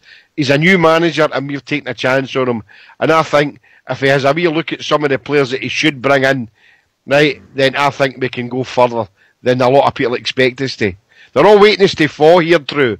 Let's make sure it doesn't happen. Aye, okay, pal, I can go along with that. Couldn't argue with much of that. But can I say on a personal note here, Rock's there in the lobby. Nice to see him in the lobby. Hope you're okay, mate. And I hope you're back on soon. They're giving me a hell of a time on here, but there you go. I'm sure you're well used to it. But for me, guys, I'm wondering if, you know, I think maybe I can detect a wee bit of, you know, the confidence has been knocked in the Rangers support. I think our expectations have been raised massively by the positive results we've had in Europe. And, you know, when we take the other side of it, mate, it's a bit difficult to handle for Rangers supporters, eh, Blue Shadow? I guess everything was going, as you said, you know, up until a little while ago, everything was going so well. You know, the matches in Europe were fantastic. The lights under the floodlights, you know, the European nights under the floodlights, the atmosphere from the fans, everybody's like, you know, oh, it's, you know, we're back to being Rangers and everything. And then all of a sudden, you know, ever since I keep going back to, I know, I'm sorry, boys, but ever since the international break, we've just not been at it. No, like we were beforehand. What's changed? I've absolutely no idea. How much we'll be able to bring in new players in January with Dave King announcing a 14 to 15 million pound loss this year is also another matter. So I don't know how much people think we'll be able to bring in, but there does seem to be a change in the atmosphere of the team, whether it's a confidence loss or whether it's, you know, something else in the dressing room. I've absolutely no idea. So, but I just hope it changes soon for us. I think it's more than the support now, mate. As I say, we've seen some of the performances, Villarreal away, Osijek, the 4 qualifiers we tore through. Played absolutely fantastic, and I think now we have hit a couple of bumps in the road. I think certainly the support have lost a bit of confidence, but every team has a slump in a season, George. Aye, of course they do, True. Just what somebody was saying there about the confidence. I mean, my honest opinion, True, I keep saying about these games, the Livingston game and the game the other night there and the game last night, we're dropping these points, but if you look at the big picture, the team at the top of the league, Hertz, we beat them, the confidence should be up. You're dropping a couple of points here and there, but the confidence will go back down. But the teams you're beating and your teams are getting points again, going to Villarreal, European results and Hertz and things like that, I think your confidence should be up. True, there's something just missing, and I think there's something just missing. I think there's maybe something there. What Jimmy was saying, see, maybe bringing in one of these young laddies, the boy Dallas or the other boy that plays Rudden that plays up front. I don't know if they're ready for it yet, but you'll never know. You'll never know unless you give these guys a chance. Saturday's maybe the prime opportunity to just bring these guys in and just give them that wee chance and see where they can maybe go through. Because I think, my honest opinion, I would have liked to have kept, I said it the other night there, I would have liked to have kept Jason Cummins.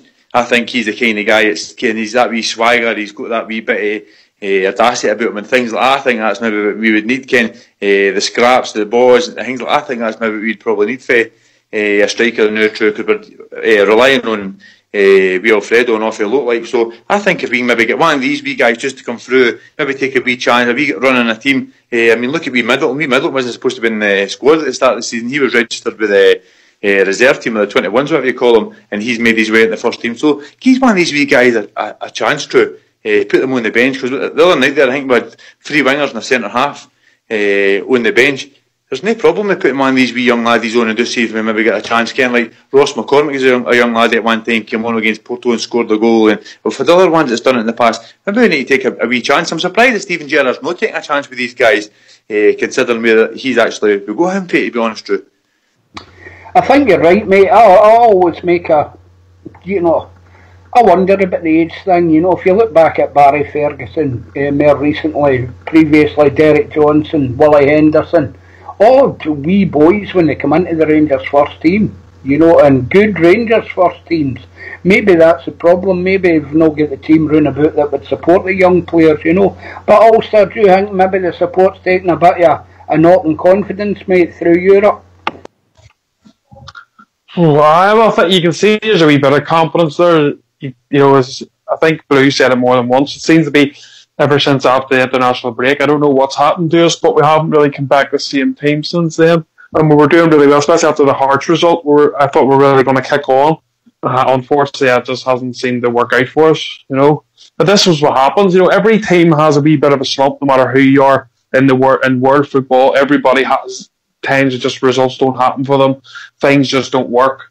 I think it's about how you come out of it. We need to try and get out of this rut as quickly as possible before, the league is over. It's not over at the minute, 4 points behind. It's not a massive, massive gap for you to see this early on in the season. But if we can't seem to get the games and get this confidence going and then take these teams to task and put them to bed early is what we need to do. And if we don't do it in the next couple of games, we will start to be panicking a wee bit more. But hopefully he can pick themselves up for this game against St Mirren and kick on again, And if they do that, happy days. But at the minute, we just seem to be wanting a wee bit, and we need to try and get that out of our heads and just go back to where we were at the start of the season and believe in ourselves a wee bit. Ulster, can I ask you a wee question? Do you think it might have, I just had a thought, do you think it could have anything to do with the amount of players coming back from injury at the one time? When you look after the international break, we had a lot of players coming back from injury in the midfield area particularly. That could be a possibility, because we had a wee bit of a team, didn't we? I know we had injuries at the start, but we had a wee team, didn't we, that we could rely on that pulled us sort of through there, some cracking results, especially in Europe. But it seemed, as you say, mate, we've chopped and changed a wee bit, haven't we? Koulibaly, since he's back, just hasn't been the same player. I think Ryan Jack's coming back, etc., etc. See, that's where we could fall again, because we've only got another 2 games, guys, before the next international break. We play St Mirren, and then we play Motherwell on Remembrance Sunday, and then there's a 2-week break for internationals again. You know, but I just hope that the momentum's no broken further for us, and that's my concern. I mean, after we come back from the international break there, I just thought we've been very, very poor, very lethargic looking, and we don't want that to happen. I mean, we're more than capable of taking the 3 against St Mirren and obviously Motherwell at Ibrox in the Remembrance Sunday game, but then we stop-start again for 2 weeks to let the Tartan Trannies play again. No, so I mean, I'm just hoping that doesn't happen. The players come back again and they're not up for it. I'm not saying they're not up for it. For some reason, our team wasn't up for the last 3 or 4 games, and it's no nice to see as a Rangers fan, you know. The thing is, Jimmy, see about the confidence and things like that. I mean, you always heard people in the past saying about having young players in the teams that can dip in confidence and they can dip in performances and things like that. We've got quite a young team. I mean, we've got big Goldson at the back, which is fair enough. We've got Worrell or Katek playing alongside them, young guys.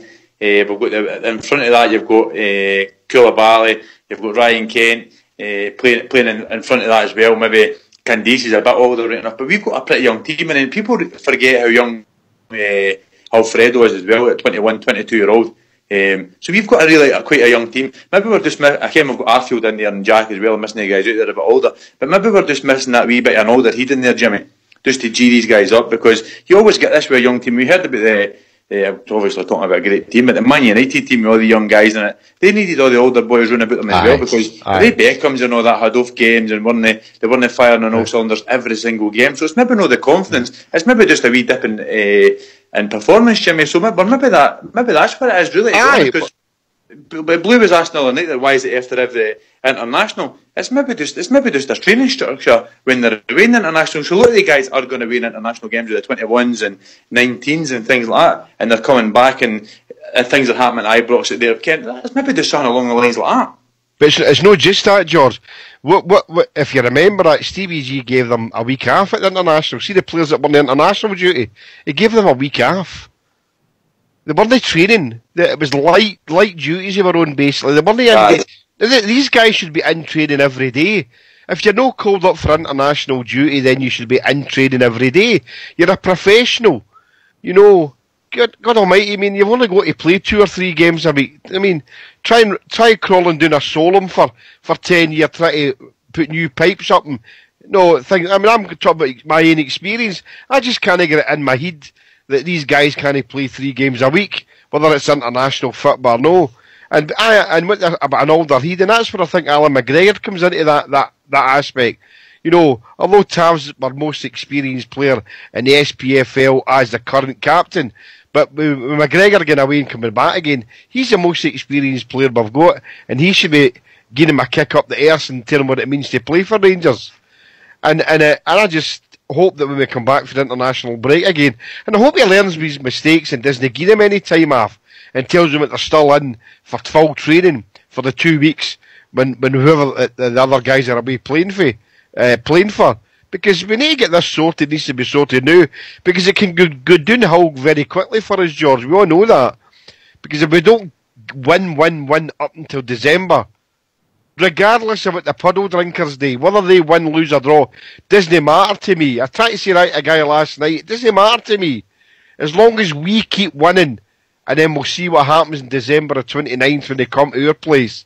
That's what I'm wanting to happen, George, the same as you and all other guys here and in the lobby. We need to make sure it's win. No shitey draws. We need to win every game. And I know we've been on here saying this for weeks and weeks and months. It's a must now, guys. A must. Years. I think the boys are mentally under pressure, mate.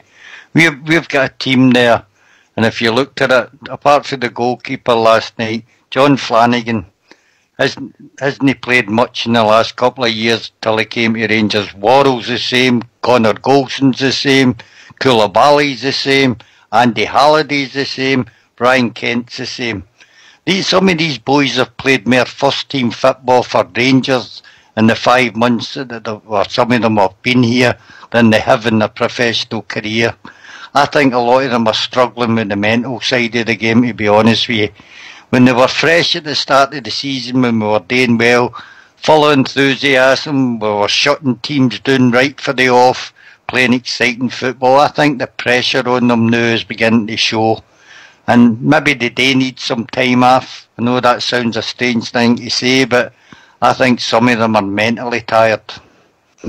I think for me, gentlemen, you get a day off when you win a game. No, when you did that last night.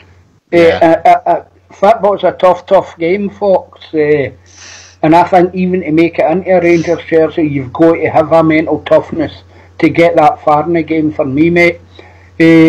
But it's the same, my attitude is if you win a game, you get a day off. You draw a game against lesser opposition, you're back in the next day. That's the way it should be. In terms of the fitness, we were massively fit on a lot of the teams. But in terms of, you're talking about the pressing we were doing earlier in the season. When you've got 10 men behind the ball, press them on their own 18-yard line then. That's when you do the pressing. Do you know what I mean? Push your own game forward and push them further back. If you remember, Rapid Vienna, they came out and they said they hadn't seen a team still have the energy that they did going into the 90th minute when we played them at Ibrox a few weeks ago, when we beat them 3-1. And a lot of guys are putting in the lobby there. We went to Spain and we got supremely fit and we looked a really, really fit team.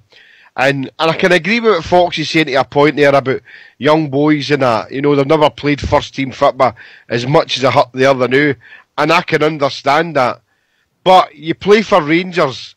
Yeah, you're entitled to days off, but see your days off, you're in at Ibrox doing light training. No sitting in the house or doing what you need to come in and work on it. No, because we all like to get days off, guys, and we all like to have weeks off for work. But there's nobody more under pressure than the common man. And I'll never, ever go into this about a football player who's got a lot of pressure. These guys are earning thousands of pounds a week. They should be able to go out there and perform, whether it's for the club or for the money, right? And I'm not buying into this that, that the pressure is there for them. Of course, there is a limited amount of pressure, but give them a limited amount of time off. But they should attend the club during the international breaks. And what True said there is 100%. Why give them a day off after they get beat? Scott Simon wouldn't have done that. Struth wouldn't have done that. Graham Souness, Watty wouldn't have done that. Get them in and get them and build a sand dune in the car park and make them run up and down it till they're sick. Jimmy, they're physically fit. I don't care what MD says. Our team does not sag at the end of the games, mate. They're still gone. Same last night. It's no through lack of effort. I think some of them can't handle being under the pressure at Ibrox, mate, and away from home. They've done well, some of them. We need some all heads there in that team, mate. I don't know how we solve it, but you've got to look and be honestly, if you look across the city, they've had a basic squad that's been together for maybe 45 years. We're trying to put a squad together now, and it takes time. It takes time to find those who are weak-willed, and it's just going to take time, mate. Time's a thing we've no got, as I know, because of the outside pressure of 9 in a row or 10 in a row or a treble. But don't think these boys aren't under pressure, mate, because they're playing football and it's not a real job. These boys are under pressure every time they go onto the park, Probably maybe so. I agree with you that there, But if a guy like Gareth McCauley in the team, gain him his experience. But I agree with you saying we need some old heads. And I know we're no tiring, but in the middle of the game sometimes we look a bit lethargic. The way, I keep going back to, I saw Worrell there, I'm sitting in line with him, and I see him going up, and a free kick in a corner comes there, and he pulls out of it. Come on now. Christ, I played football for my pub team and I got my nose broken 3 times, and all we were going to win was a couple of pints and maybe a couple of pies. Put your head where it hurts. You're getting paid for that. You know, and that's what really gets up my goat. I mean, you're playing for Rangers. You want to play for Rangers. No, and true say, there's a lot of young boys the other years played for Rangers who have played for the jersey. And I know these boys are going out and trying that every week for us, but they maybe need to step up the mark a wee bit. And maybe somebody needs to have a good shake and say, this is Rangers you're playing for. You know, I know Ryan Kent came for Liverpool Nigeria, but in the reserve team, but you need to step up here, guys. It's Rangers now. I think sometimes in the Rangers jersey you need to forget the science and get ripped right into it. You know, I think that's the kind of mentality you need. But talking about days off and all that, Big George, he does more hours than the worst cat, so he does. He's never got a day off. And you're dead right, Jimmy, when you're talking about, you know, the common man. These guys, they lead very cosseted lifestyles and they're very well rewarded for it as well. Yep. And if you've got somebody every day whose main aim is in life is to get the best performance out of you possibly, you know, that's a real mental strength they're building in you there, as far as I'm concerned anyway. But folks, I want to ask yourself about the confidence of the sport. Do you think it's had a wee knock lately? I would probably say all round probably yes, because we started so well, mate.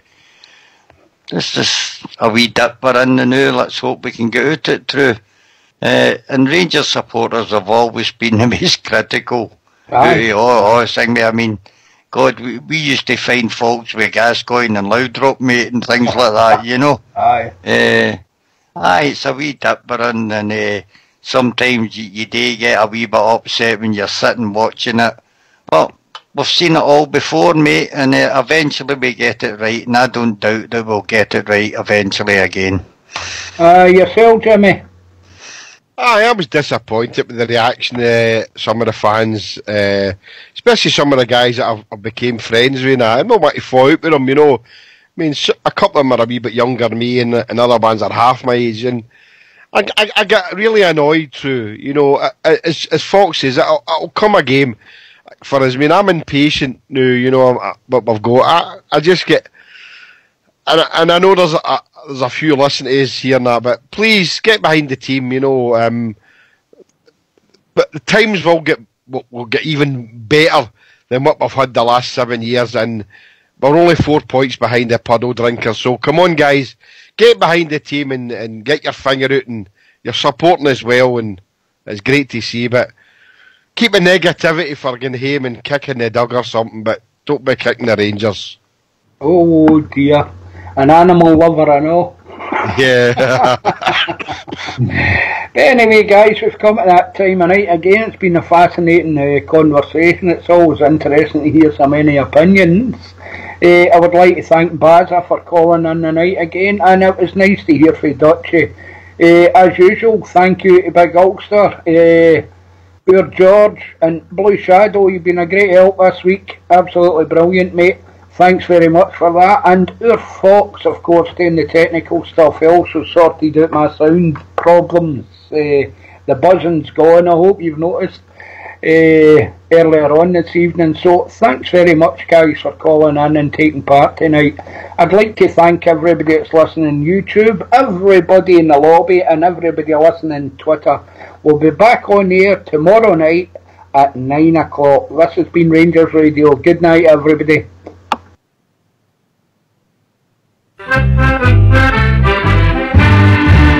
Won't you gather round me, lads, and listen to your dad? For now my life is but a dying end. But be George, before I go, I want you all to know that Ulster is the land of no surrender. From the battle of the Boyne to the carnage of the Somme, we gave our enemy something to remember. So be George, before I go, I want you all to know that Ulster is the land of no surrender. Won't you gather round me, girls, and listen if you will, until you your children always to remember that your daddy could you show and granddad ought to know that Ulster is the land of no surrender. From the battle of the Boyne to the carnage of the Somme, we gave our enemy something to remember. So be judged before I go, I want you all to know that Ulster is the land of no surrender.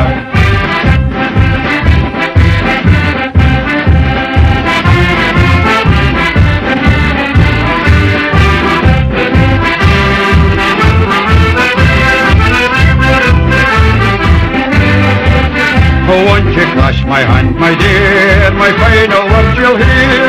You've always been a friend so kind and tender. Press your lips against my breast and hear my final word, that Ulster is the land of no surrender. From the battle of the Boyne to the carnage of the Somme, we gave our enemy something to remember. So be judged before I go, I want you all to know that Ulster is the land of no surrender.